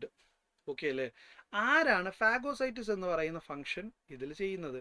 നിങ്ങൾക്ക് ബോഡി ഫ്ലൂയിഡ്സ് ആൻഡ് സർക്കുലേഷൻ എന്ന് പറയുന്ന പാഠം എടുത്തു കഴിഞ്ഞാൽ, ബോഡി ഫ്ലൂയിഡ്സ് എന്ന് പറയുന്ന ചാപ്റ്റർ എടുത്തു കഴിഞ്ഞാൽ നിങ്ങൾക്ക് ഇതിൻ്റെ ഉത്തരം കിട്ടും. നിങ്ങൾ നേരെ പോകേണ്ടത് എവിടെയാണ്? ബ്ലഡിൽ 3 ഭാഗങ്ങളുണ്ട്. അതിൽ സെല്ലുലാർ പാർട്ടിൽ ആരൊക്കെയുണ്ട്? RBC, WBC, പ്ലേറ്റ്ലെറ്റ്സ് ഉണ്ട്. അതിൽ WBCന്റെ ക്ലാസിഫിക്കേഷൻസ് എടുത്തു കഴിഞ്ഞാൽ നിങ്ങൾക്ക് ഗ്രാനുലോസൈറ്റും എ ഗ്രാനുലോസൈറ്റിനെയും കാണാം. ഗ്രാനുലോസൈറ്റ് എന്ന് പറഞ്ഞാൽ ഗ്രാന്യൂൾസ് ഉള്ളത് പടത്തിൽ നോക്കിയാൽ കുത്തു ഉള്ളവരാണ് എന്ത്? ഗ്രാനുലോസൈറ്റ്. ഇനി പടത്തിൽ ഡോട്ട്സ് ഇല്ലാത്തവരാണ് എന്ത്? A granulocyte. അപ്പോൾ ഡോട്ട്സ് ഉള്ളവരും ഡോട്ട്സ് ഇല്ലാത്തവരിൽ നിങ്ങൾക്ക് ഡോട്ട്സ് ഉള്ളവരിൽ ന്യൂട്രോഫിൽസും ഡോട്ട്സ് ഇല്ലാത്തവരിൽ മോണോസൈറ്റ്സും കൂടെ ചേർന്ന് അവർക്കൊക്കെ ഒരു ഫാഗോസൈറ്റിക് നേച്ചർ ഉണ്ട് എന്ന് NCERT എന്ത് ചെയ്യുന്നുണ്ട്? പരാമർശിക്കുന്നുണ്ട്. WBCന്റെ ഓരോ ആൾക്കാരെ ഫംഗ്ഷനും കാണാതെ അറിഞ്ഞിരുന്നാൽ മാത്രമേ ഇത് നിങ്ങൾക്ക് ഉത്തരം കൊടുക്കാൻ പറ്റുള്ളൂ. അങ്ങനെ നോക്കിയാൽ നിങ്ങൾക്ക് മനസ്സിലാവും 1ാമനാണ് ഇവിടെ ഫാഗോസൈറ്റിക് ആയിട്ടുള്ളത്. ഓക്കെ അല്ലേ? ഇനി മോണോസൈറ്റും ലിംഫോസൈറ്റിലെ മോണോസൈറ്റും കൂടെ ഒക്കെ ഉണ്ടായിരുന്നു നമുക്ക് കാര്യങ്ങൾ മൊത്തത്തിലൊന്ന് മാറിയേനെ. ഓക്കെ അല്ലേ? ഓരോരുത്തരും എസിനോഫിൽസ് എന്താ, ലിംഫോസൈറ്റ് എന്താ, ഇവരുടെ ഓരോരുത്തരെയും ഫംഗ്ഷൻ നിങ്ങൾ പഠിച്ചിരിക്കണം. ഓക്കെ അല്ലേ മക്കളെ? അപ്പോൾ അടുത്ത ക്വസ്റ്റ്യൻ നമുക്ക് വരുന്നത് 143 അപ്പോൾ 143 ഈ ഒരു ക്വസ്റ്റ്യന് ചെറിയ പ്രത്യേകത, സംഭവം കുറച്ച് കൺഫ്യൂസിങ് ആയിട്ടൊക്കെ തോന്നും. കുറച്ചത് ഔട്ടിൽ നിന്നും പോകുന്നത് കൊണ്ട് നീറ്റിന് ഇത്തരം ലെവലിലേക്ക് വരുമോ എന്നുള്ളത് കുറച്ച് സംശയമാണ്. അത്രയ്ക്കൊന്നും വരില്ല. കാരണം നിങ്ങളുടെ NCERTയിലുള്ളത് തന്നെ വരുള്ളൂ. എന്നാലും നമുക്ക് നോക്കാം. ലോക്കോമോഷൻ ആൻഡ് മൂവ്മെന്റ് ആണ് പാഠം. ഓക്കെ അല്ലേ? ഇതിൽ all mammals have 7 cervical vertebrae in adult stage without exception. Almost all mammals എന്നേ ഉള്ളൂ. ചില മാമൽസിന് എക്സെപ്ഷൻസ് ഉണ്ട്. അപ്പൊ ഇതെന്താണ്? ഫാൾസ് ആണ്. എക്സെപ്ഷൻ ആരാണ് എന്ന് കൊടുത്താൽ മാനറ്റീസ്, പിന്നെ ടു-ടോഡ് സ്ലോത്ത്, ഇങ്ങനെയുള്ള ചില സ്പീഷീസിന് മാത്രം ഫസ്റ്റ് 7 സെർവിക്കലിൽ ചെറിയ വ്യത്യാസങ്ങളുണ്ട്. അതുകൊണ്ട് തന്നെ ആദ്യത്തെ സ്റ്റേറ്റ്മെന്റ് എന്താണ്? ഫാൾസ് ആണ്. Human cranium is made up of 22 bones. അതും ഫാൾസ് ആണ്. കാരണം എന്താ? സ്കള്ളിന്റെ ക്രേനിയം 8 ഫേഷ്യൽ ആണെന്ത്? 14. ക്രേനിയവും പിന്നെ ഫേഷ്യലും കൂടെ ചേർന്ന് സ്കള്ളാണ് 22 ബോൺ കൊടുക്കുന്നത്, അല്ലാണ്ട് ക്രേനിയം അല്ല. ഓക്കെ അല്ലേ? അപ്പൊ അതും നിങ്ങൾ എന്ത് ചെയ്യരുത്? തെറ്റിക്കരുത്. ഇവിടെയും ഇതും ഫാൾസ് ആണ്. ഇനി 3ാമത്തെ സ്റ്റേറ്റ്മെന്റ് നമുക്ക് നോക്കാം. First vertebrae called atlas. Vertebral കോളത്തിന്റെ ആദ്യത്തെ C1 അറ്റ്ലസ് എന്ന് പറയുന്ന സാധനം ആർട്ടിക്കുലേറ്റ്സ്, അവൻ ഉരസുന്നു അല്ലെങ്കിൽ അവൻ ആർട്ടിക്കുലേറ്റ് ചെയ്യുന്നു, അതുകൊണ്ട് ഇതാക്കുന്നു with the occipital condyles of the skull. Okay അല്ലേ? സ്കള്ളിന്റെ ഓസിപിറ്റൽ കോണ്ടൈൽ പോർഷനുമായിട്ട് അയാൾ ആർട്ടിക്കുലേറ്റ് ചെയ്യുന്നുണ്ടെന്ന് പറഞ്ഞാൽ അതെന്താണ്? ട്രൂ ആണ്. അപ്പൊ നോക്കൂ, FFT എന്ന് പറയുന്ന കോമ്പിനേഷനാണ് നമുക്ക് കിട്ടിയത്. അത് ഏതാ ഉള്ളത്? ഓപ്ഷൻ നമ്പർ 3 ആണ് വരുന്നത്. ഓക്കെ അല്ലേ? നിങ്ങൾ ഈ പറയുന്ന ലോക്കോമോഷനില് സ്കെലിറ്റൻ സിസ്റ്റം പഠിച്ചു കഴിഞ്ഞാൽ ഇത് നിങ്ങൾക്ക് വൃത്തിയിൽ ചെയ്യാൻ പറ്റേണ്ടതാണ്. ഓക്കെ അല്ലേ? സ്കെലിറ്റൻ സിസ്റ്റം പഠിച്ചു കഴിഞ്ഞാൽ ഇത് നല്ല ഭംഗിയിൽ ചെയ്യാൻ പറ്റും. ഇനി ഓപ്ഷൻസിന്റെ ഒരു ഒറ്റ നോട്ടം കണ്ടപ്പോൾ തന്നെ എനിക്ക് മനസ്സിലായി എന്താണ് റീപ്രൊഡക്റ്റീവ് ഹെൽത്ത് ആണ് പാഠം. ഓക്കെ അല്ലേ? റീപ്രൊഡക്റ്റീവ് ഹെൽത്തിൽ ടെസ്റ്റ് ട്യൂബ് ബേബി പ്രോഗ്രാം എന്ന് പറയുമ്പോൾ റീപ്രൊഡക്റ്റീവ് ഹെൽത്തിന്റെ അവസാന ഭാഗം അസിസ്റ്റഡ് റീപ്രൊഡക്റ്റീവ് ടെക്നിക്സിന്റെ ഏരിയ റെഫർ ചെയ്താലേ ഇത് കിട്ടുള്ളൂ. ഓക്കെ അല്ലേ? ടെസ്റ്റ് ട്യൂബ് ബേബി പ്രോഗ്രാം എന്ന് പറയുന്നത്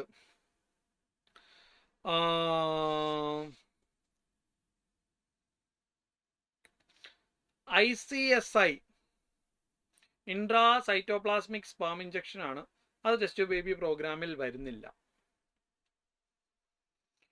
gift gamete intra fallopian transfer. Okay, അപ്പൊ ഇതിൽ നമ്മുടെ ക്വസ്റ്റ്യനിൽ നമ്മൾ പ്രത്യേകം ശ്രദ്ധിക്കേണ്ട ഒരു കാര്യം that does not fall under the umbrella of test tube baby programme. താഴെ കൊടുത്തിരിക്കുന്നവയിൽ ടെസ്റ്റ് ട്യൂബ് ബേബി പ്രോഗ്രാമിൽ വരാത്തത് ഏതാണ്? That doesn't fall under. ഞാൻ പോലും ഒരു നിമിഷം ഒന്ന് എന്ത് ചെയ്തു പോയി, പകച്ചു പോയി. കാരണം ഓപ്ഷൻസിന്റെ പാറ്റേൺ വെച്ചിട്ട് ഒന്നിങ്ങനെ പകച്ചു പോയതാണ്. ടെസ്റ്റ് ട്യൂബ് ബേബി പ്രോഗ്രാം എന്ന് പറഞ്ഞാൽ എന്താണ്? അമ്മയുടെ ഗർഭപാത്രത്തിന് പുറത്ത് വെച്ചിട്ട് നമ്മൾ എന്ത് ചെയ്യാണ്? കുട്ടിയെ ഉണ്ടാക്കുന്ന ഒരു പരിപാടിയാണ്. ഓക്കെ അല്ലേ? അപ്പോൾ കുട്ടിയുടെ ഫോർമേഷൻ അമ്മയുടെ ഗർഭപാത്രത്തിൽ അല്ലെങ്കിൽ അതുമായിട്ട് ബേസ്ഡ് ഇല്ലാത്ത കാര്യങ്ങൾ, ആ കൊടക്കീടിൽ വരാത്ത പ്രോസസ്സുകൾ ഏതൊക്കെയാണ്? Intra cytoplasmic sperm injection. അത് ശരിക്കും എന്ത് ചെയ്യുന്നതാണ്? നമ്മൾ ഒരു ഓവത്തിനെടുത്ത് ഒരു സ്പേമിനെ അതിലേക്ക് ഇഞ്ചക്ട് ചെയ്യണം. അപ്പം നമ്മൾ പുറത്ത് വെച്ചിട്ടാണ് എന്ത് ചെയ്യുന്നത്? ഓവവും സ്പേമും എടുത്ത് ഒരു സ്പേം ഗണ്ണെടുത്ത് നമ്മൾ എന്ത് ചെയ്യണം? ഈ പറയുന്ന സ്പേമിനെ ഓവത്തിലേക്ക് ഷൂട്ട് ചെയ്യുന്ന പോലെയാണ്. അപ്പോൾ അത് അതിൻ്റെ അകത്തേക്ക് ചെന്നൊരു ഫോം എന്താണ്? നമ്മളൊരു എംബ്രിയോ ഫോർമേഷൻ അല്ലെങ്കിൽ ഒരു സൈഗോട്ട് ഫോർമേഷന് മുമ്പുള്ള ഒരു പ്രോസസ്സാണ്. സോ അത് അതിൽ വരുന്നതാണ്. ഗിഫ്റ്റ് എന്ന് പറയുന്ന സാധനം ഇത് ശരിക്കും ഇതുമായിട്ട് ബന്ധമൊന്നുമില്ല. ഇതിൽ നമുക്ക് എന്താണെന്ന് വെച്ചാൽ ഒരു ഓവം പ്രൊഡ്യൂസ് ചെയ്യാൻ പറ്റാത്ത ഒരു പെൺകുട്ടിക്ക് നമ്മൾ ഹെൽത്തി ആയിട്ടുള്ള പെൺകുട്ടീൻ്റെ അടുത്തുനിന്ന് ഓവം എടുത്തിട്ട് നമ്മൾ ആ പെൺകുട്ടിയിലേക്ക് ഗിഫ്റ്റ് ചെയ്യാണ്. ഓക്കെ അല്ലേ? Gamete intra fallopian transfer. ഇത് എന്തിൽ വരില്ല? ഇതിലേക്ക് വരില്ല. കാരണം ഓവം പ്രൊഡ്യൂസ് ചെയ്യാൻ പറ്റാത്തൊരു കുട്ടിക്ക് നമ്മൾ ഓവം കൊടുക്കുന്നേ ഉള്ളൂ. ഇതിൽ പ്രത്യേകിച്ച് ഒരു തരത്തിൽ നമുക്ക് ഫ്യൂസിങ് വരുന്നില്ല. സൈഗോട്ട് ഇൻട്രാ ഫലോപ്പിയൻ ട്രാൻസ്ഫർ എന്ന് പറഞ്ഞാൽ എന്താണ്? പുറത്ത് വെച്ച് ഉണ്ടാക്കിയ സൈഗോട്ടിനെ ഒരു പെൺകുട്ടിയുടെ ഫലോപ്പിയൻ ട്യൂബിലേക്ക് ഇട്ട് കൊടുക്കുന്ന പരിപാടിയാണെന്ത്? Zygote intra fallopian transfer. ഇനി IUT intra uterine transfer. Zygote intra fallopian transfer എന്ന് പറഞ്ഞ ഒരു ബ്ലാസ്റ്റോമിയസിന്റെ ഒരു കൗണ്ട് ഒരു 8 റേഞ്ചിലൊക്കെ നിൽക്കുന്നതിന് മേലോട്ട് പോകുമ്പോഴാണ് എന്ത്? നമുക്ക് ഫലോപ്പിയൻ ട്യൂബിൽ ഇട്ട് കൊടുത്താൽ താങ്ങത്തില്ല. അപ്പം നമുക്ക് എന്ത് ചെയ്യേണ്ടി വരും? യൂട്രസിലേക്ക് അത് പ്ലേസ് ചെയ്യേണ്ടി വരും. സോ അതും നമുക്ക് ഇതിൽ പെടുത്താൻ പറ്റുന്നതാണ്. സോ ഇവിടെ ഇതിൽ മൂന്നിലും പെടാത്തത് ഗിഫ്റ്റ് മാത്രമാണ്. അതാണ് ഓപ്ഷൻ നമ്പർ 2. ഓക്കെ അല്ലേ? അപ്പോൾ അതിൽ നിന്നും നമ്മൾ നെക്സ്റ്റ് ക്വസ്റ്റ്യനിലേക്കാണ് പോകുന്നത്. 145 ഇതാ എൻ്റെ ഓപ്ഷൻസ് ഒറ്റ നോട്ടം കണ്ടപ്പോൾ തന്നെ എനിക്ക് മനസ്സിലായി എക്സ്ക്രീഷൻ ആണ് പാഠം. Which of the following part of the nephron has the maximum obligatory water reabsorption? താഴെ കൊടുത്തിരിക്കുന്നവയിൽ ആർക്കാണ് മാക്സിമം വെള്ളം വലിച്ചെടുക്കാൻ പറ്റുന്നത്? ഇതൊരു കൺഫ്യൂസിങ് ക്വസ്റ്റ്യൻ ആണ്. കണ്ടീഷണൽ റീഅബ്സോർപ്ഷൻ, സാഹചര്യങ്ങൾ നോക്കി റീഅബ്സോർബ് ചെയ്യുന്ന ഒരു ഭാഗമാണ് DCT. എന്നാൽ maximum 70% water and electrolytes have been reabsorbed in PCT. DCT അവസരം നോക്കി റീഅബ്സോർബ് ചെയ്യുമ്പോൾ കണ്ടതും കടിയതും എല്ലാം വലിച്ചെടുക്കുന്ന ഒരുത്തനാണെന്ത്? PCT, proximal convoluted tubule. Very important question. Option number 3. 146ാമത്തെ ചോദ്യം കാണുമ്പോൾ തന്നെ എനിക്ക് മനസ്സിലാവും അത് എവല്യൂഷൻ എന്ന് പറയുന്ന പാഠത്തിൽ നിന്നാണ്. എവല്യൂഷനിന്റെ എന്താണ്? എവല്യൂഷൻ ഓഫ് മാൻ എന്ന് പറയുന്ന ഭാഗത്തിൽ നിന്നും വരുന്നതാണ്. ഓക്കെ അല്ലേ? among the following which one is called the African ape man? താഴെ കൊടുത്തിരിക്കുന്നതിൽ ആഫ്രിക്കൻ ഏപ്പ് മാൻ ആരാണ്? ശരിക്കും നമ്മൾ ലോജിക്ക് യൂസ് ചെയ്യുന്നത് കുറച്ച് NCERTന്റെ വെളിയിലേക്ക് പോയിട്ടുണ്ട്. And probably lived in East African grasslands about 2 MYA. ഈ കണക്ടിവിറ്റി മതി. 2 MYAന്റെ കാലഘട്ടത്തിൽ ഈസ്റ്റ് ആഫ്രിക്കൻ ഗ്രാസ്ലൻഡ്സിൽ ജീവിച്ചിരുന്ന മനുഷ്യവർഗം ഏതായിരുന്നു? 2 million years ago ആണ് 2 MYA. ആരാണെന്ന് നമുക്ക് നോക്കാം. അത് വേറെ ആരുമല്ല, ഓസ്ട്രാലോപിത്തീക്കൻസ് ആണ്. Option number 1. ഓക്കെ അല്ലേ? ഇനി 147 ന്യൂമോണിയ അസുഖമാണ്, ഹ്യൂമൻ ഹെൽത്ത് ആൻഡ് ഡിസീസ് ആണ് പാഠം. ന്യൂമോണിയ ഇസ് കോസ്ഡ് ബൈ, വളരെ സിമ്പിൾ ആണ്. പക്ഷേ ഇവിടെ രണ്ടാമത്തെ രണ്ടെണ്ണം ഉണ്ട്. അതിൽ ആദ്യത്തവനാണ് തന്നിരുന്നത്, നിങ്ങൾ എന്തായാലും എഴുതിയാണ്, കാരണം അതിൻ്റെ അറ്റത്ത് ആരുണ്ട്, ന്യൂമോണിയ എന്ന് പേരുണ്ട്, സ്ട്രെപ്റ്റോകോക്കസ് ന്യൂമോണിയ. ഇവരവിടെ എന്ത് ചെയ്തിട്ടില്ല, അതിനെ ഒഴിവാക്കിയിട്ട് എന്ത് ചെയ്തിട്ടാണുള്ളത്, രണ്ടാമത്തെ ആളെയാണ് തന്നിട്ടുള്ളത്, ഹീമോഫിലസ് ഇൻഫ്ലുവൻസ്. ഓക്കെ അല്ലേ? അപ്പോൾ ഹ്യൂമൻ ഹെൽത്ത് ആൻഡ് ഡിസീസിൽ കോമൺ ഡിസീസസ് ഇൻ മാനിൽ ബാക്ടീരിയൽ ഡിസീസസ് ടൈഫോയിഡ് കഴിഞ്ഞ് വരുന്ന പാരഗ്രാഫിലാണ് ന്യൂമോണിയെ കുറിച്ച് പറയുന്നത്. ന്യൂമോണിയെ കുറിച്ച് ഒരുപാട് കാര്യങ്ങൾ പറയാനുള്ളതെന്ന് പറഞ്ഞാൽ നമ്മുടെ ആൽവിയോളയിൽ ഫ്ലൂയിഡ് ഫിൽഡ് ആയിട്ട് നിൽക്കുന്ന എന്താ പറയുക, നമ്മുടെ നെയിൽസ് ഒക്കെ സ്കിന്നും നെയിൽസും ഇതുമൊക്കെ കളർ ചേഞ്ച് ഒക്കെ വരുന്ന ഒരു റെസ്പിറേറ്ററി ഡിസോർഡറാണ്, ബാക്ടീരിയയാണ് പാത്തജൻസ്. ഓക്കെ അല്ലേ? അപ്പോൾ ഓപ്ഷൻ നമ്പർ 1 ആണ് ഇവിടുത്തെ ഉത്തരം. ഇനി 150ാമത്തെ ചോദ്യം. SL മില്ലർ കാണുമ്പോൾ തന്നെ മനസ്സിലാക്കിക്കോ, എവല്യൂഷൻ ആണ് സാധനം. SL മില്ലർ എക്സ്പെരിമെന്റ് ആണ് ഇവിടെ പറയുന്നത്. SL Miller created conditions existed on primitive earth. ഭൂമി ഉണ്ടായ കാലത്തുണ്ടായ സമയത്ത് വെച്ച കണ്ടീഷൻസ് SL മില്ലർ എക്സ്പെരിമെന്റ് കൊടുത്തു. ഇൻ എ ലബോറട്ടറി, ഒരു ലാബിലാണ് അദ്ദേഹം കൊടുത്തത്. He created electric discharge in A closed flask containing. അയാളുടെ ക്ലോസ്ഡ് ഫ്ലാസ്കിൽ എന്താണ് കണ്ടെയ്ൻ ചെയ്തതെന്ന് അറിയണമെങ്കിൽ എവല്യൂഷൻ പഠിക്കണം.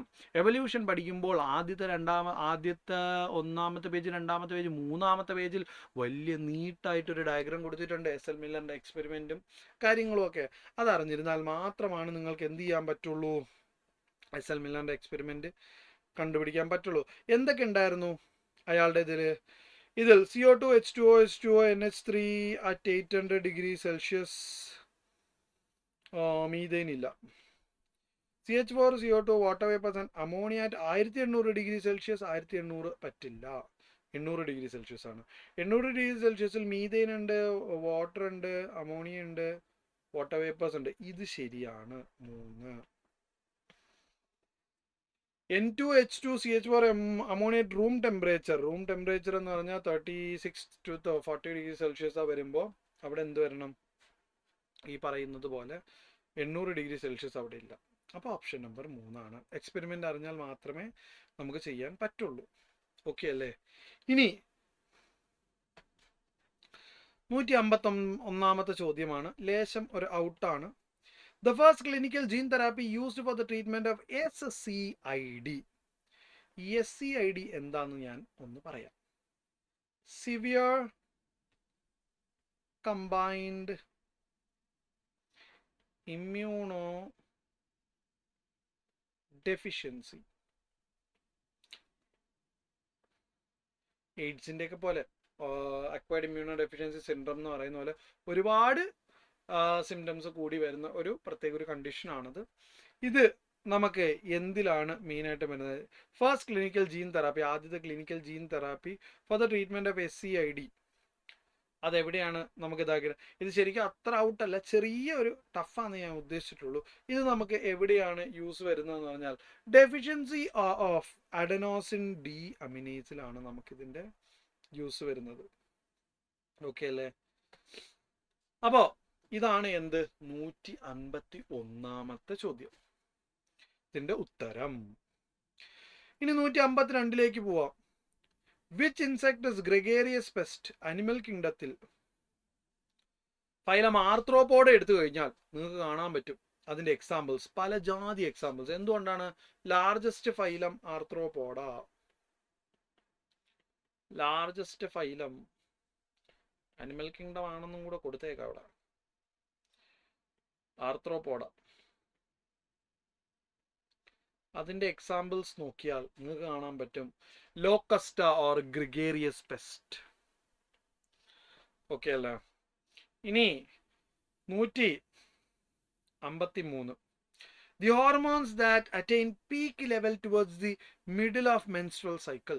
Human reproduction, menstrual cycle topic എടുത്തു കഴിഞ്ഞാൽ നിങ്ങൾക്ക് മനസ്സിലാവും 14ാമത്തെ ദിവസം LHന്റെ ഒരു പീക്ക് ഉണ്ട്. ഓക്കെ അല്ലേ?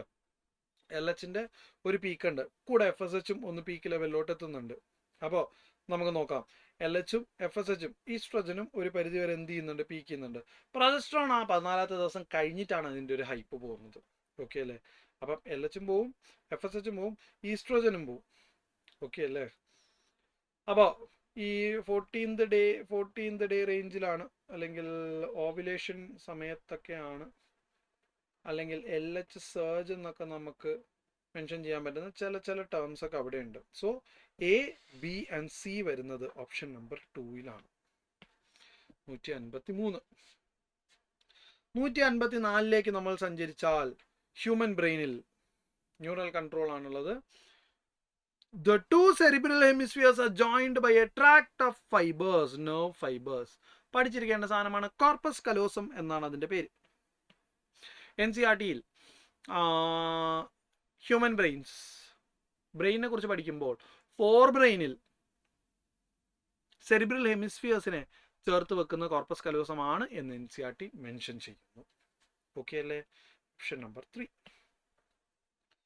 155.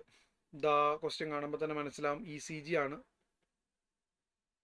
ബോഡി ഫ്ലൂയിഡ് ആണ് സാധനം. പഠിച്ചാൽ മാത്രമേ അത് കിട്ടുള്ളൂ. T wave represents atrial depolarization. ശരിയാണ്. ട്രൂ അല്ലാത്താണ് നമുക്ക് നോക്കേണ്ടത്. Quartz complex represent ventricular depolarization. ശരിയാണ്. T wave represents return of ventricle from excited to normal stage. അതും ശരിയാണ്. The end of P wave marks the end of systole. അത് തെറ്റാണ്. P അല്ല T ആണ് അവിടെ. So option number 4. ഓക്കെ അല്ലേ? 155-ൽ നിന്നും 156-ലേക്ക് ഒരു യാത്ര. JG എന്നൊരു വാക്ക് കണ്ടപ്പോൾ തന്നെ എനിക്ക് മനസ്സിലായി സാധനം എന്താണ്? എക്സ്ക്രീഷൻ ആണ്. ഓക്കെ അല്ലേ? എക്സ്ക്രീഷൻ ആണ് സാധനം. എക്സ്ക്രീഷൻ എന്ന് പറയുന്ന ചാപ്റ്റർ എടുത്തു കഴിഞ്ഞാൽ നമുക്കിത് കിട്ടും.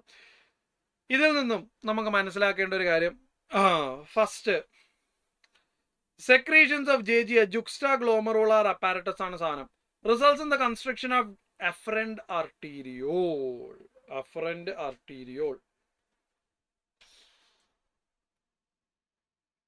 Afferent arteriole.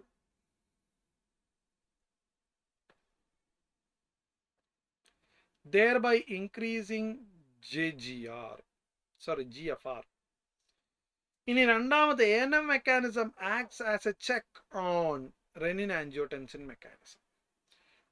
രണ്ടാമത്തത് ശരിയാണ്, കുഴപ്പമൊന്നുമില്ല. സെക്രീഷൻസ് ഓഫ് juxtaglomerular apparatus, JGയുടെ സെക്രീഷൻസ് eventually results in constriction of afferent arteriole, thereby increasing GFR. അവിടെ കൺസ്ട്രക്ഷൻ ഓഫ് അഫറന്റ് ആർട്ടീരിയോളിന്റെ ഒരു സംഗതിയിൽ മാത്രമാണ് ചെറിയൊരു വിഷയമുള്ളത്. അതുകൊണ്ട് നമുക്കത് എന്താ ഇൻകറക്റ്റ് ആയിട്ട് കാണാം. അപ്പൊ അങ്ങനെ വരുമ്പോൾ 156 A is incorrect, B is correct, option number 1. Okay അല്ലേ? ഇനി നമുക്ക് 157-ലേക്ക് പോകാം. Which part of pituitary gland stores and releases oxytocin and vasopressin? Chemical coordination and integration എന്ന് പറയുന്ന മനോഹരമായ പാഠത്തിൽ നിന്നും പിറ്റ്യൂട്ടറി ഗ്ലാൻഡ് എന്ന് പറയുന്ന രണ്ടാമത്തെ ഗ്ലാൻഡ്, ഹൈപ്പോതലാമസ് കഴിഞ്ഞ് രണ്ടാമത്തെ ഗ്ലാൻഡാണ് പിറ്റ്യൂട്ടറി ഗ്ലാൻഡ്. ഈ പിറ്റ്യൂട്ടറി ഗ്ലാൻഡിന്റെ ഏത് സൈഡാണ്? നമുക്ക് എല്ലാവർക്കും അറിയാം പോസ്റ്റീരിയർ സൈഡാണ് ഓക്സിറ്റോസിനെയും വാസോപ്രസിനെയും ADH അഥവാ വാസോപ്രസിനെയും ഓക്സിറ്റോസിനെയും സ്റ്റോർ ചെയ്യുന്നത്. അപ്പോൾ അവിടെ പാസ് ഡിസ്റ്റാലിസ് പിറ്റ്യൂട്ടറി ഗ്ലാൻഡിന്റെ ഭാഗമാണ്, അതുകൊണ്ട് അതല്ല. പാസ് നർവസ് അതും പിറ്റ്യൂട്ടറി ഗ്ലാൻഡിന്റെ ഭാഗമാണ്. പാസ് ഇന്റർമീഡിയറ്റ് അതുമല്ല. None of these. എന്നാ പിന്നെ ആരാണെന്ന് ചോദിച്ചാൽ പോസ്റ്റീരിയർ പിറ്റ്യൂട്ടറിയിൽ സ്റ്റോർ ചെയ്യപ്പെട്ട് ഹൈപ്പോതലാമസ് വഴി നടക്കുന്ന പരിപാടിയാണ് അവർ.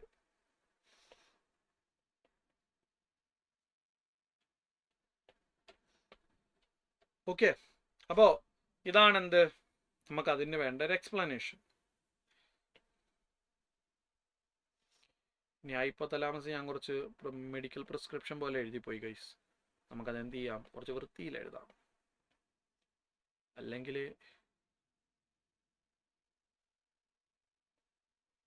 മെഡിക്കൽ പഠിക്കാൻ പോകുന്ന എല്ലാ വിദ്യാർത്ഥികൾക്കും ഉള്ള ഒരു ചീത്തപ്പേരാണ് അവരുടെ എഴുത്തൊക്കെ കുറച്ച് മോശമാക്കുക എന്നുള്ളത്. ഓക്കെ അല്ലേ? അപ്പം നാളെ ഭാവിയിൽ നിങ്ങളൊക്കെ വലിയ വലിയ ഡോക്ടേഴ്സൊക്കെ ആയിരിക്കുമ്പോൾ നിങ്ങൾ എന്ത് ചെയ്യണം? നല്ല വൃത്തിയിലൊക്കെ എഴുതണം കേട്ടോ. 158-ാമത്തെ ചോദ്യം. സോ 157 4 നമ്മൾ എന്ത് ചെയ്യുന്നത്? 158-ന്റെ എക്സ്പ്ലനേഷനിലേക്ക് പോകുന്നത്. A coelomate called devilfish. Animal kingdom എടുക്കണം. അതിൽ മൊളസ്ക് എടുത്തു കഴിഞ്ഞാൽ നിങ്ങൾക്ക് കാണാൻ പറ്റും ഡെവിൾ ഫിഷിന്. ഓക്കെ അല്ലേ? അനിമൽ കിങ്ഡം ആണ് സാധനം. മൊളസ്ക് എടുത്തു കഴിഞ്ഞാൽ ഡെവിൾ ഫിഷ് അല്ലെങ്കിൽ ഒക്ടോപ്പസിനെ കാണാൻ പറ്റും. with a closed circulatory system but exhibiting lack segmentation. Yes.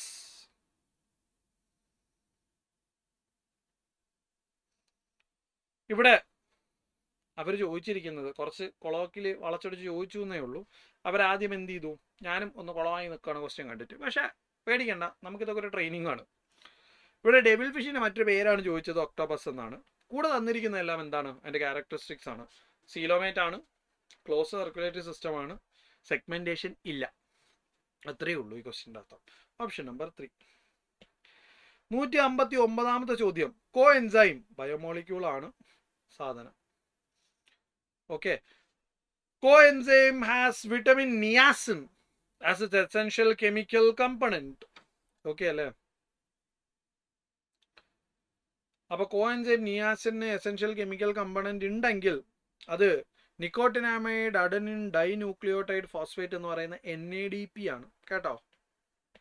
NCERT-യിൽ ബയോമോളിക്യൂൾസിൽ cofactors എടുത്ത് റെഫർ ചെയ്താൽ നിങ്ങൾക്ക് എന്ത് കാണാം, പ്രോസ്റ്ററ്റിക് ഗ്രൂപ്പ്സ്, ഹീമിന്റെ എക്സാമ്പിൾ കഴിഞ്ഞിട്ട് കോഎൻസൈമിൽ NADP-ന്റെ ഈ പറയുന്ന വിറ്റാമിൻ നിയാസിന്റെ കേസൊക്കെ അവിടെ എന്ത് ചെയ്യുന്നുണ്ട്, മെൻഷൻ ചെയ്യുന്നുണ്ട്. ഈ കോഫാക്ടർ എന്ന് പറഞ്ഞാൽ ഒരു എൻസൈമിന് 2 പാർട്ടുണ്ട്. ഒന്ന് പ്രോട്ടീൻ പാർട്ടായ അപ്പോ എൻസൈമും നോൺ പ്രോട്ടീൻ ആയിട്ടുള്ള കോഫാക്ടർ. കോഫാക്ടർ ചാവി പോലെയാണ്. ഈ എൻസൈമിന് കോഫാക്ടർ ഇല്ലെങ്കിൽ വർക്ക് ചെയ്യാൻ പറ്റത്തില്ല. മനസ്സിലായില്ലേ? സംഭവം നോൺ പ്രോട്ടീൻ പാർട്ടൊക്കെ തന്നെയാണെങ്കിലും അതില്ലാണ്ട് എൻസൈമിന് വർക്ക് ചെയ്യാൻ പറ്റത്തില്ല. 160ലേക്ക് പോകുമ്പോൾ, 160ാമത്തെ ചോദ്യത്തിലേക്ക് പോകുമ്പോൾ, select the odd one out with respect to natural methods of contraception. Natural methods of കോൺട്രാസെപ്ഷനിൽ എന്ത് ചെയ്യുക, ഓഡ് വൺ ഔട്ട് നോക്കാം.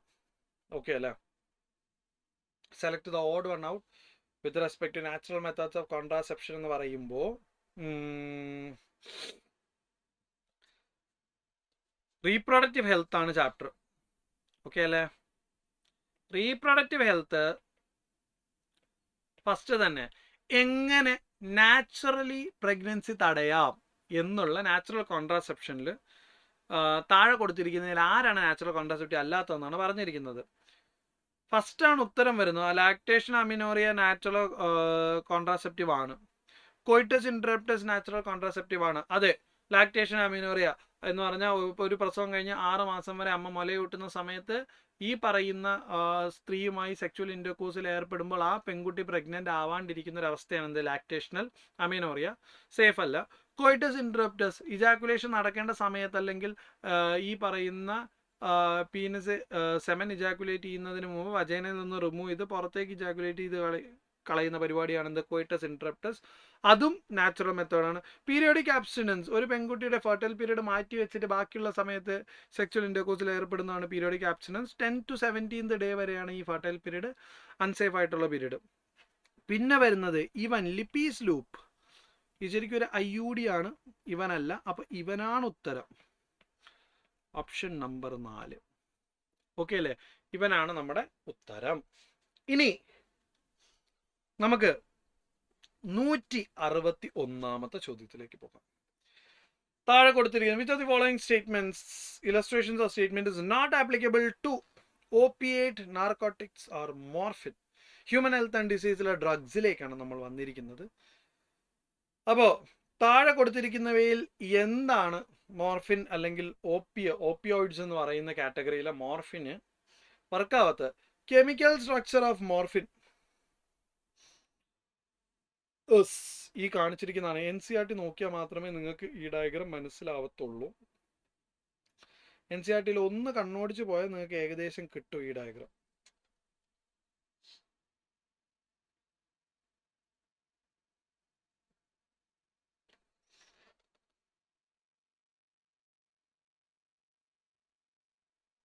ഓക്കെ, അപ്പോൾ ഈ ഡയഗ്രം നിങ്ങൾക്ക് എന്ത് ചെയ്യാം, NCERT-യിൽ നോക്കാം. നോക്കി വെച്ചിട്ട് മനസ്സിലാക്കിയത് ഇതാണ് ആ പറയുന്ന സ്ട്രക്ചർ.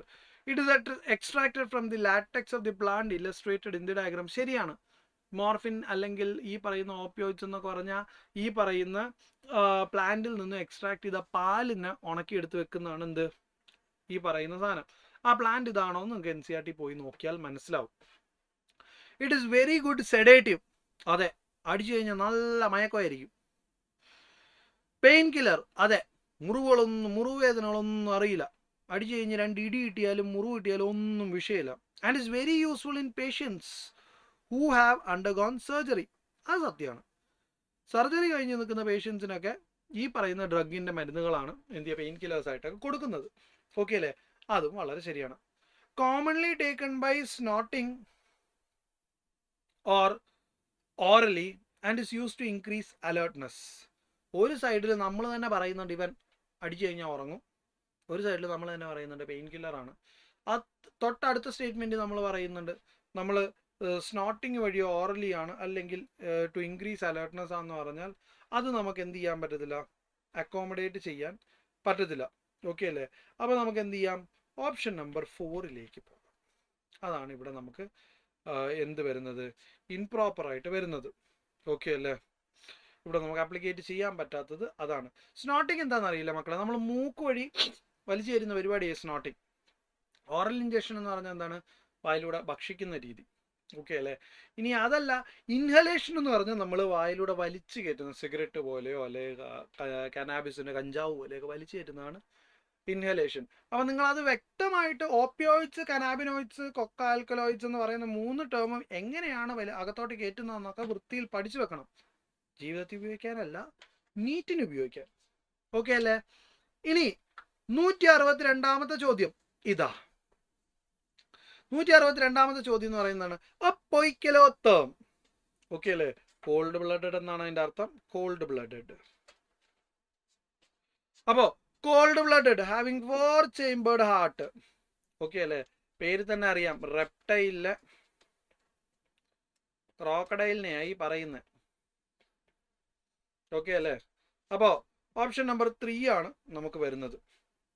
അനിമൽ കിങ്ഡം എടുത്താൽ മതി കേട്ടോ. അനിമൽ കിങ്ഡം എടുക്കുക, കോർഡേറ്റ് എടുക്കുക, ക്ലാസ് റെപ്റ്റൈൽ എടുക്കുക. അതിൽ നമുക്ക് എന്ത് ചെയ്യാം, ക്രോക്കഡൈൽസിന് 4 ചേംബേർഡ് ആണെന്ന് പറയുന്നുണ്ട്.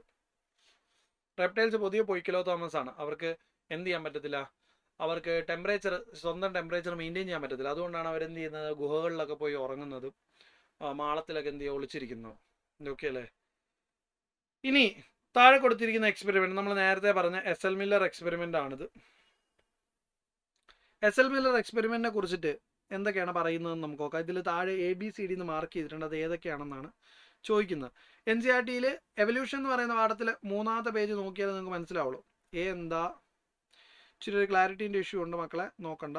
B എന്താ, ഈ ക്ലാരിറ്റിയൊക്കെ തന്നെ ധാരാളം നിങ്ങൾക്ക് ഡയഗ്രാം അറിയാമെങ്കിൽ മാർക്ക് ചെയ്യാം. ABCD. A ഇലക്ട്രോഡുകളാണ് വരുന്നത്. ഇലക്ട്രോഡാണ് ഇവിടെ വരുന്നത്. B NH3 ആണ് വരുന്നത്, plus H2 plus H2O plus CH4. C എന്ന് പറയുന്നത് ലിക്വിഡ് വാട്ടർ ഇൻ ടാപ്പാണ്. D എന്ന് പറയുന്നത് വാക്യൂം പമ്പ്.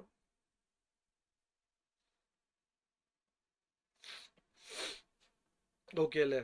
അപ്പോൾ ഇത്രയും സാധനങ്ങൾ വരുന്നത് ഓപ്ഷൻ നമ്പർ A1 ആണ് അതിൻ്റെ ഉത്തരം. ഓക്കെ അല്ലേ? അപ്പോൾ 163 നിന്നും നമുക്ക് അടുത്ത ക്വസ്റ്റ്യനിലേക്ക് പോകാൻ സമയമായി. 164. പിന്നെ ലോക്കോമോഷനാണ് വന്നിരിക്കുന്നത്. ടൈപ്സ് ഓഫ് ജോയിൻറ്റിൽ 3 തരം ജോയിൻ്റ് ഉണ്ട്. Movable joint, fibrous joint,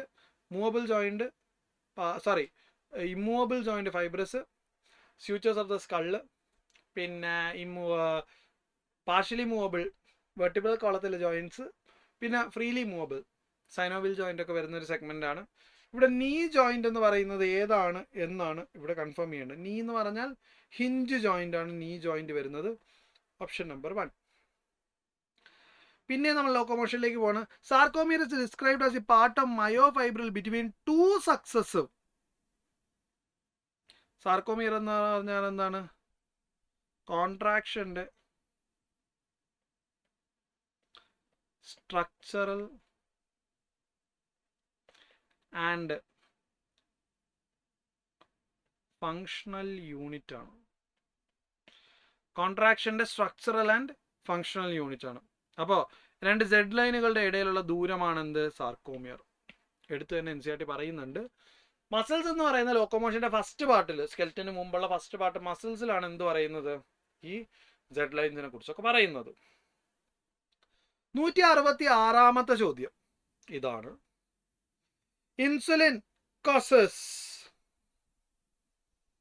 insulin എന്ന് പറയുന്ന ഹോർമോൺ പാൻക്രിയാസ് റിലീസ് ചെയ്ത് കഴിഞ്ഞാൽ, പാൻക്രിയാസിന്റെ എൻഡോക്രൈൻ പോർഷൻ റിലീസ് ചെയ്ത് കഴിഞ്ഞാൽ, ഐലസ് ഓഫ് ലാംഗാർഹാൻസിന്റെ എൻഡോക്രൈൻ പോർഷൻ റിലീസ് ചെയ്ത് കഴിഞ്ഞാൽ നമ്മുടെ ശരീരത്തിലുള്ള ഗ്ലൂക്കോസിന്റെ അളവ് കുറയും. അപ്പോൾ ഹൈപ്പോഗ്ലൈസീമിയാണ് ഉണ്ടാവുന്നത്. കൂടുന്ന സാധനത്തിന്റെ പേരാണ് എന്ത്, ഹൈപ്പർ ഗ്ലൈസീമിയ. നമുക്കിവിടെ എന്താണ്, ഹൈപ്പോഗ്ലൈസീമിയാണ്. ബി എന്താ വരുന്നത് നോക്കട്ടെ. ആൻഡ് സ്റ്റിമുലേറ്റ്സ്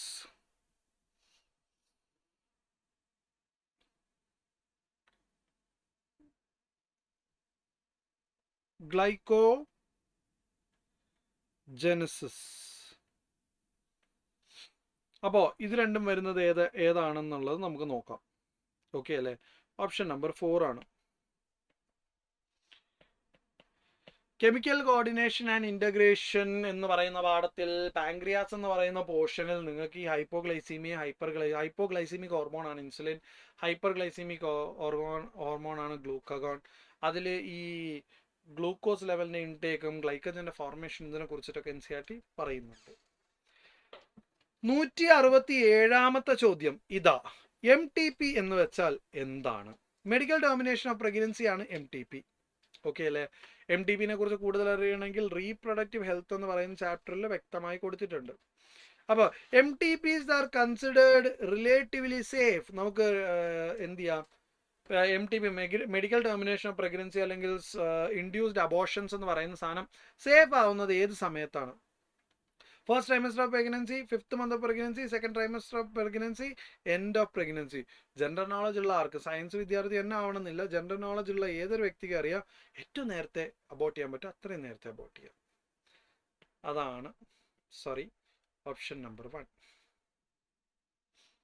ഓക്കെ അല്ലേ? അപ്പോൾ 167 നിന്ന് നമുക്ക് 169 പോകാം. കാരണം ഇടയിലുള്ള 1-2 ക്വസ്റ്റ്യൻസ് ഒക്കെ ബോട്ടണിയാണ് കേട്ടോ. അപ്പോൾ the correct statements with respect to female reproductive system. Human റീപ്രൊഡക്ഷനിലെ ഫീമെയിൽ റീപ്രൊഡക്റ്റീവ് സിസ്റ്റം അറിഞ്ഞിരുന്നാൽ ഇതിലെ കറക്റ്റ് സ്റ്റേറ്റ്മെന്റ് നമുക്ക് അറിയാൻ പറ്റുള്ളൂ. Ovary is also known as womb. തെറ്റാണ്. ഓവറി ആണോ? യൂട്രസ് അല്ലേ? മയോമെട്രിയം ഓഫ് യൂട്രസ് എന്ന് പറഞ്ഞാൽ നടുക്കത്തെ ലെയർ ആണ്. It's responsible for mechanical function. ശരിയാണ്. ഓക്കെ അല്ലേ? ഈ പറയുന്ന ഡെലിവറീൻ്റെ സമയത്ത് അത് കോൺട്രാക്ഷനൊക്കെ പോയിട്ടാണ് എന്ത് ചെയ്യുന്നത്, കൊച്ചു പുറത്തേക്ക് വരുന്നത്. വളരെ ശരിയാണ്. Clitoris lies at the lower junction of 2 labia minora. അപ്പോൾ വജൈന എടുത്തു കഴിഞ്ഞാൽ ഈ ലോവർ ജംഗ്ഷൻ പറഞ്ഞാൽ താഴെ അറ്റത്ത് ക്ലിറ്റോറിസ് കിടന്നാൽ അത് പിന്നെ താഴോട്ട് തൂങ്ങിക്കിടക്കും. മേലെ അറ്റത്താണ് ക്ലിറ്റോറിസ് ഇങ്ങനെ എന്ത് ചെയ്യുന്നത്, തൂങ്ങിക്കിടക്കുന്നത്. അപ്പോൾ clitoris lies at the upper junction ആണ്. ഓക്കെ അല്ലേ? അപ്പൊ അതും തെറ്റാണ്. Opening of cervix covered by hymen. സെർവിക്സിന്റെ ഓപ്പണിംഗ് ഹൈമൻ കൊണ്ട് കവർ ചെയ്യപ്പെട്ടിട്ടുണ്ട്. വജൈനയുടെ ഓപ്പണിംഗ് ആണ് എന്ത് ചെയ്യുന്നത്, അങ്ങനെ ചെയ്തിട്ടുള്ളത്. അപ്പോൾ ഇത് നമുക്ക് ആകെ ശരീരത്തിലുള്ളത് ഓപ്ഷൻ നമ്പർ 2 ആണ്. അപ്പോൾ 169ന്റെ ഉത്തരം എന്താണ്? Option number 2. ഇനി 170ന്റെ ഉത്തരം. Match column 1 and column 2 with respect to organism and type of respiratory organ present. Okay അല്ലേ? അപ്പോൾ നമുക്ക് നോക്കാം. മൊളസ്ക ഗിൽസ് ഉള്ളവരാണ്. ഇൻസെക്ട്സ് ട്രക്കി ഉള്ളവരാണ്. എർത്ത് വേം മോയ്സ് ക്യൂട്ടിക്കൽ ഉള്ളവരും ബേർഡ്സ് ലങ്സ് ഉള്ളവരുമാണ്. നമുക്ക് വന്നിരിക്കുന്ന കോമ്പിനേഷൻ ഓപ്ഷൻ നമ്പർ 2 ആണ്. അതാണ് 170ാമത്തെ ചോദ്യത്തിന്റെ ഉത്തരം. 171 ഹോമോലോഗസ് സ്ട്രക്ചേഴ്സ് പിന്നെയും evolution are a result of. ഏതാണ് മക്കളെ? ഡൈവേർജന്റ് എവല്യൂഷൻ അല്ലേ? ഡൈവേർജന്റ് എവല്യൂഷൻ ആണ്. Select the types of neurons present in our cerebral cortex. Cerebral കോർട്ടെക്സിൽ നമ്മൾ കാണുന്ന ടൈപ്സ് ഓഫ് ന്യൂറോൺസ് ഏതൊക്കെയാണ്? ഏതായിരിക്കും? നമ്മൾ ന്യൂറോ കൺട്രോൾ ആൻഡ് കോർഡിനേഷനിൽ ന്യൂറോണിനെ പറ്റി, ഹ്യൂമൻ നെർവസ് സിസ്റ്റത്തിനെ കുറിച്ച് തുടങ്ങുമ്പോൾ തന്നെ ന്യൂറോൺസ് പലതരം ഉണ്ട്. യൂണിപോളാർ ഉണ്ട്, ബൈപോളാർ ഉണ്ട്, മൾട്ടിപോളാർ ഉണ്ട്. നമുക്ക് ഏറ്റവും കൂടുതൽ കോർട്ടെക്സ് വേണ്ടത് ഏതായിരിക്കും? മൾട്ടിപോളാർ ആണ് കേട്ടോ, മൾട്ടിപോളാർ ആണ്. യൂണിപോളാർ എന്ന് പറഞ്ഞാൽ ഒരു കുട്ടി എംബ്രിയോ ആയിരിക്കുമ്പോഴായിരിക്കും എന്ത് ചെയ്യുക, യൂണിപോളാർ അവസ്ഥയിൽ ഉണ്ടാവും. ബൈപോളാർ കണ്ണിനാണ് ഉണ്ടാവുന്നത്. ഓക്കെ അല്ലേ? അപ്പോൾ നമുക്ക് ശരി ഉത്തരം ഏതാണ്? ഓപ്ഷൻ നമ്പർ 3 ആണ്. സ്യൂഡോ യൂണിപോളാർ എന്നൊക്കെ പറഞ്ഞാൽ നിങ്ങൾക്ക് ഔട്ട് ഓഫ് സിലബസിലേക്ക് പോകേണ്ടി വരും കുറച്ച്, അതുകൊണ്ടാണ് ഞാനത് പറയാത്തത്. Choose the wrong statement with respect to stage of neuron. Resting stage of ന്യൂറോണിന്റെ കൺസെപ്റ്റിൽ താഴെ കൊടുത്തിരിക്കുന്ന ഏതൊക്കെയാണ് റോങ് ഉള്ളതെന്നാണ് അവർ ചോദിക്കുന്നത്. ഓക്കെ അല്ലേ? അപ്പോൾ the outer surface of the axonal membrane possess a positive charge while its inner surface is negatively charged. ശരി ഉത്തരം. Generation and conduction of nerve impulse എന്ന് പറയുന്ന topic from the chapter neural control and coordination എടുത്താൽ നിങ്ങൾക്ക് ഇതിന്റെ ഉത്തരം കുറച്ചേറെ മനസ്സിലാവും. പുറത്ത് നമുക്ക് പോസിറ്റീവും അകത്ത് നെഗറ്റീവും, കാരണം പുറത്ത് സോഡിയത്തിന്റെ പൊട്ടാസ്യത്തിന്റെ ഒരു പ്രസൻസ് കൊണ്ടും അകത്ത് നെഗറ്റീവ്ലി ചാർജ്ഡ് പ്രോട്ടീൻസിന്റെ പ്രസൻസ് കൊണ്ടും പുറത്ത് പോസിറ്റീവും അകത്ത് നെഗറ്റീവും. The axoplasm inside the axon, axonന്റെ അകത്തുള്ള ആക്സോപ്ലാസത്തിൽ has high concentration of K+ and negatively charged proteins and low concentration of sodium. Resting stage അല്ലേ? ശരിയാണ്. അകത്തെന്താണ്? നമുക്ക് പ്രോട്ടീൻസും ഈ പറയുന്ന പൊട്ടാസ്യം ഉള്ളൂ, പുറത്താണ് എന്ത് നമുക്ക് സോഡിയം ഉള്ളത്. Fluid outside the axon contains a low concentration of K+, കാരണം എന്താ? K+ ഒക്കെ അകത്ത് കിടക്കാം. And high concentration of Na+, അതെ, കാരണം ആക്ഷൻ പൊട്ടൻഷ്യൽ അല്ലേ Na+ അകത്തോട്ട് കയറുള്ളൂ. ഫോമിങ് എ കോൺസെൻട്രേഷൻ ഗ്രേഡിയന്റ്, ശരിയല്ലേ? കോൺസെൻട്രേഷൻ ഗ്രേഡിയന്റ് എന്ന് പറഞ്ഞാൽ എന്താണ്? അവിടെ ഒരു കോൺസെൻട്രേഷൻ വ്യത്യാസം ഉണ്ടാക്കിയല്ലോ. ആ resting membrane is comparatively more permeable to Na+, more അല്ല, ലെസ് ആണ്. റെസ്റ്റിംഗ് സ്റ്റേജിൽ Na+ ലെസ് പെർമിയബിൾ ആണ്. And nearly impermeable to K+, അല്ല, പെർമിയബിൾ. സോ ഇവിടെ തെറ്റാരാണ്? ഓപ്ഷൻ നമ്പർ 4 ആണ്. അതാണ് ഇവിടുത്തെ ഉത്തരം. ഇനി 174ാമത്തെ ചോദ്യം. Which one of the following is a sex organ in males which is androgen secreting cells? താഴെ കൊടുത്തിരിക്കുന്നതിൽ ആർക്കാണ് ആൻഡ്രോജനെ പ്രൊഡ്യൂസ് ചെയ്യാൻ പറ്റുന്ന സെല്ലുള്ളത്? ഈ ആൻഡ്രോജൻ സെക്രീറ്റിംഗ് സെൽസിനെ നമ്മൾ വിളിക്കുന്ന പേരാണ് ലെയ്ഡിക് സെൽസ്. ലെയ്ഡിക് സെൽസ് ആരേലാണുള്ളത്? ടെസ്റ്റിസിലല്ലേ? ടെസ്റ്റിസിലല്ലേ? Option number 3. 175ാമത്തെ ചോദ്യം. ഓക്കെ, 175ാമത്തെ ചോദ്യം. The type of joint which helps in locomotion and many other movements are fibro joint. Locomotion movement സഹായിക്കില്ല, കാരണം അത് ഇമ്മൂവബിൾ ആണ്. സിനോവിൽ ജോയിന്റ് ശരിയാണ്. കാർട്ടിലേജിനിയസ് പാർഷ്യലി മൂവബിൾ ആണ്. ഓപ്ഷൻ നമ്പർ 2 ആണ്. 1 അല്ല, 3 അല്ല, 4 അല്ല. എൻഡമീബ ഹിസ്റ്റോളിറ്റിക്ക, അതാ നമ്മൾ പിന്നെയും നമ്മൾ എവിടെയാണ് വന്നിരിക്കുന്നത്? ഹ്യൂമൻ ഹെൽത്ത് ആൻഡ് ഡിസീസിൽ നമ്മൾ കോമൺ ഡിസീസസ് ഇൻ മാനിൽ ബാക്ടീരിയൽ ഡിസീസസ് ആയിട്ടുള്ള ടൈഫോയിഡ്, ന്യൂമോണിയ ഒക്കെ കഴിഞ്ഞ് നമ്മൾ ഈ പറയുന്ന വൈറലിൻ്റെ ജലദോഷം പഠിച്ചിട്ട് നമ്മൾ എന്ത് ചെയ്യണം? മലേറിയയും കഴിഞ്ഞ് വന്നാൽ പ്രോട്ടോസോവനിൽ വരുന്നൊരു മറ്റൊരു ഡിസീസാണ് Entamoeba histolytica. Human parasite causes, പേര് തന്നെയല്ലേ എൻഡമീബ, അമീബയാസിസ് ഓർ അമീബിക് ഡിസെൻട്രി എന്നും ഇതിനെ പറയാറുണ്ട്. സ്റ്റൂൾസ് വിത്ത് ബ്ലഡ് ക്ലോട്ട്സ്, അതാണ് ഈ പറയുന്ന അസുഖത്തിന്റെ highlight.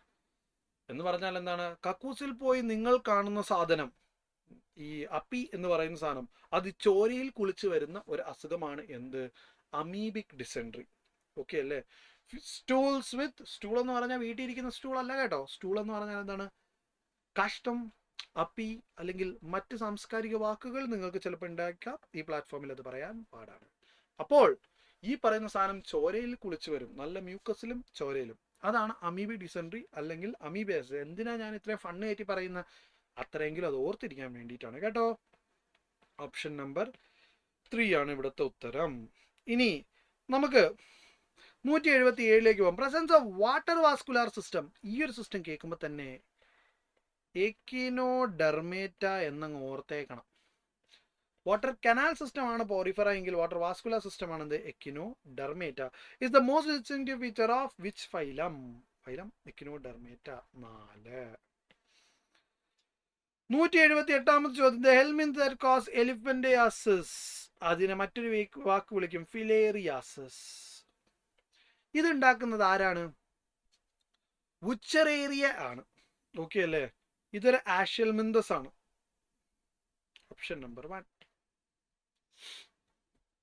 Human health and disease നോക്കിയാൽ നിങ്ങൾക്ക് കാണാൻ പറ്റും. ഒരു മനുഷ്യൻ ഇങ്ങനെ കൈയൊക്കെ കെട്ടിയിട്ട് വലിയ കാൽ ഒരു ഭാഗത്തേക്ക് നീട്ടി നിൽക്കുന്ന ഒരു പടമൊക്കെ വെച്ചിട്ടുള്ള ഒരു സാധനമാണ്. ഓക്കെ അല്ലേ? നോക്കിയാൽ മതി. ഇനി 179. In humans trachea divides into right and left primary bronchi at the level of which vertebrae? At the level of 5th thoracic vertebrae. Breathing and exchange of gases പഠിച്ചാലേ നിങ്ങൾക്കത് കിട്ടത്തുള്ളൂ. ഹ്യൂമൻ റെസ്പിറേറ്ററി സിസ്റ്റത്തിൽ ഇവിടെ നിന്ന് ഇങ്ങനെ ട്രക്കിയ പോയിട്ട് ഇങ്ങനെ പോയിട്ട് 5th thoracic vertebrae 2ആയിട്ട് മാറും. 2 ലങ്സിലേക്കുള്ള പ്രൈമറി ബ്രോങ്കെ ആയിട്ട് അത് മാറും. ഓക്കെ അല്ലേ? അപ്പോൾ അത് 5th thoracic vertebrae. ഇനി അവസാനത്തെ ചോദ്യത്തിലേക്ക് നമുക്ക് പോകാം. ഇൻ എ ഫീമെയിൽ വേണ്ട if A female has 35 day long duration of menstrual cycle. ഒരു പെൺകുട്ടിക്ക് നോർമലി എത്രയാണ്? നോർമൽ എത്രയാണ് കുട്ടികളെ? 28/29 ഡേയ്സ് അല്ലേ ഉള്ളൂ. ഇവിടുത്തെ കേസ് നമ്മൾ എന്താണ് പറയുന്നത്? 35 ദിവസം നീണ്ടു നിൽക്കുന്ന മെൻസ്ട്രൽ സൈക്കിളുള്ള ഒരു പെൺകുട്ടി.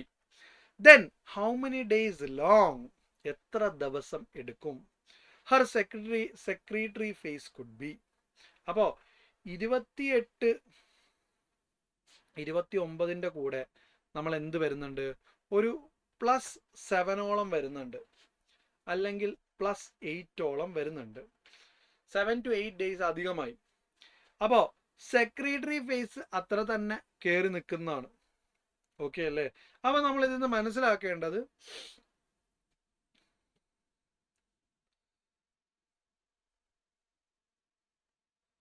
14ാമത്തെ ദിവസം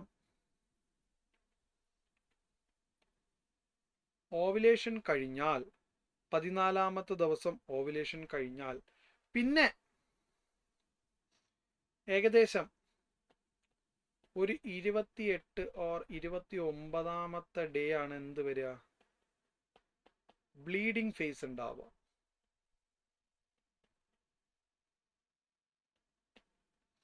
ഓക്കെ അല്ലേ? അപ്പോൾ ഇതിൻ്റെ ഇടയിൽ നമുക്ക് ഏകദേശം എത്ര വരുന്നുണ്ട്? 14 ഡേയ്സ് വരുന്നുണ്ട്. ഇനി നമുക്ക് നോർമലി ഈ ബ്ലീഡിങ് കഴിഞ്ഞ് പിന്നെയും ആദ്യത്തെ ഒരു 7 ഡേയ്സ് ബ്ലീഡിങ് ഒക്കെ പോയി വരുമ്പോൾ നമ്മൾ മനസ്സിലാക്കേണ്ട ഫേസ്, ഓരോ ഫേസിനിടയിലും നമുക്ക് വരുന്ന ഒരു ഡിഫറൻസ് എന്ന് പറയുന്നത് 14 ഡേയ്സ് ആണ്. അതിപ്പോൾ ഒരു 35 ഒക്കെ മാറിയാലും നമുക്ക് ഇവിടെ എക്സ്ട്രാ 7 എന്നൊക്കെ നമുക്ക് ഇങ്ങനെ കൺഫ്യൂസ് ചെയ്യിക്കാനൊക്കെ തോന്നുമെങ്കിലും നമുക്ക് ഈ ഒരു 5 ഡേയ്സിൻ്റെ അത് എന്ത് ചെയ്യാൻ പറ്റും? ഒരു ബ്ലീഡിങ്ങിൻ്റെ ലാഗായിട്ടോ ഇതാക്കിയിട്ട് കണ്ടാലും നമുക്ക് ഇവിടെ നമുക്ക് എന്ത് പറയാൻ പറ്റും? 14 ഡേയ്സ് തന്നെയാണ് ഇവരുടെ സെക്രീറ്ററി ഫേസ് ഉണ്ടാവുക. അപ്പോൾ ഒരു ഓവുലേഷനോ ബ്ലീഡിങ്ങോ മാത്രമേ ചെറിയൊരു ഇതുണ്ടാവുള്ളൂ. ബാക്കി എല്ലാവരും 14 ഡേയ്സ് കൺഫർമേഷനിലൊക്കെ എന്ത് ചെയ്തോളും? സംഗതി അങ്ങ് പോയിക്കോളും. ഇതാണ് ഓപ്ഷൻ നമ്പർ 3. ഓക്കെ അല്ലേ? അപ്പോൾ എൻ്റെ നല്ലവരായ മക്കളെ, നിങ്ങൾ എന്ത് ചെയ്യണം? ഈ ക്വസ്റ്റ്യൻസ് ഒക്കെ നന്നായിട്ട് റെഫർ ചെയ്യണം. എനിക്ക് പറ്റാവുന്ന സുവോളജി ടോപ്പിക്സ് ഒക്കെ ഞാൻ എന്ത് ചെയ്തിട്ടുണ്ട്? സുവോളജി ക്വസ്റ്റ്യൻസ് ഒക്കെ സെലക്ട് ചെയ്തിട്ട് ഞാൻ നിങ്ങൾക്ക് എന്ത് ചെയ്തിട്ടുണ്ട്? സോൾവ് ചെയ്തിട്ടുണ്ട്. ബോട്ടണി നിങ്ങൾക്ക് വരും ദിവസങ്ങളിൽ അല്ലെങ്കിൽ തൊട്ടടുത്ത വീഡിയോയിൽ നിങ്ങൾക്ക് എന്ത് ചെയ്യാൻ പറ്റും? സൊല്യൂഷൻ കാണാൻ പറ്റും. അതിലും അധ്യാപകൻ ഇതുപോലെ എന്ത് ചെയ്തിട്ടുണ്ടാവും? സോൾവ് ചെയ്തിട്ടുണ്ടാവും. അപ്പോൾ എല്ലാവരും നന്നായിട്ടൊക്കെ പഠിക്കുക. 2026 നീറ്റ് നിങ്ങൾക്കുള്ളതാണ്, നിങ്ങൾക്ക് മാത്രമുള്ളതാണ്. അപ്പോൾ വീണ്ടും കാണുന്നവരെ എല്ലാവർക്കും നല്ലത് മാത്രം നേരുന്നു. നന്ദി, നമസ്കാരം.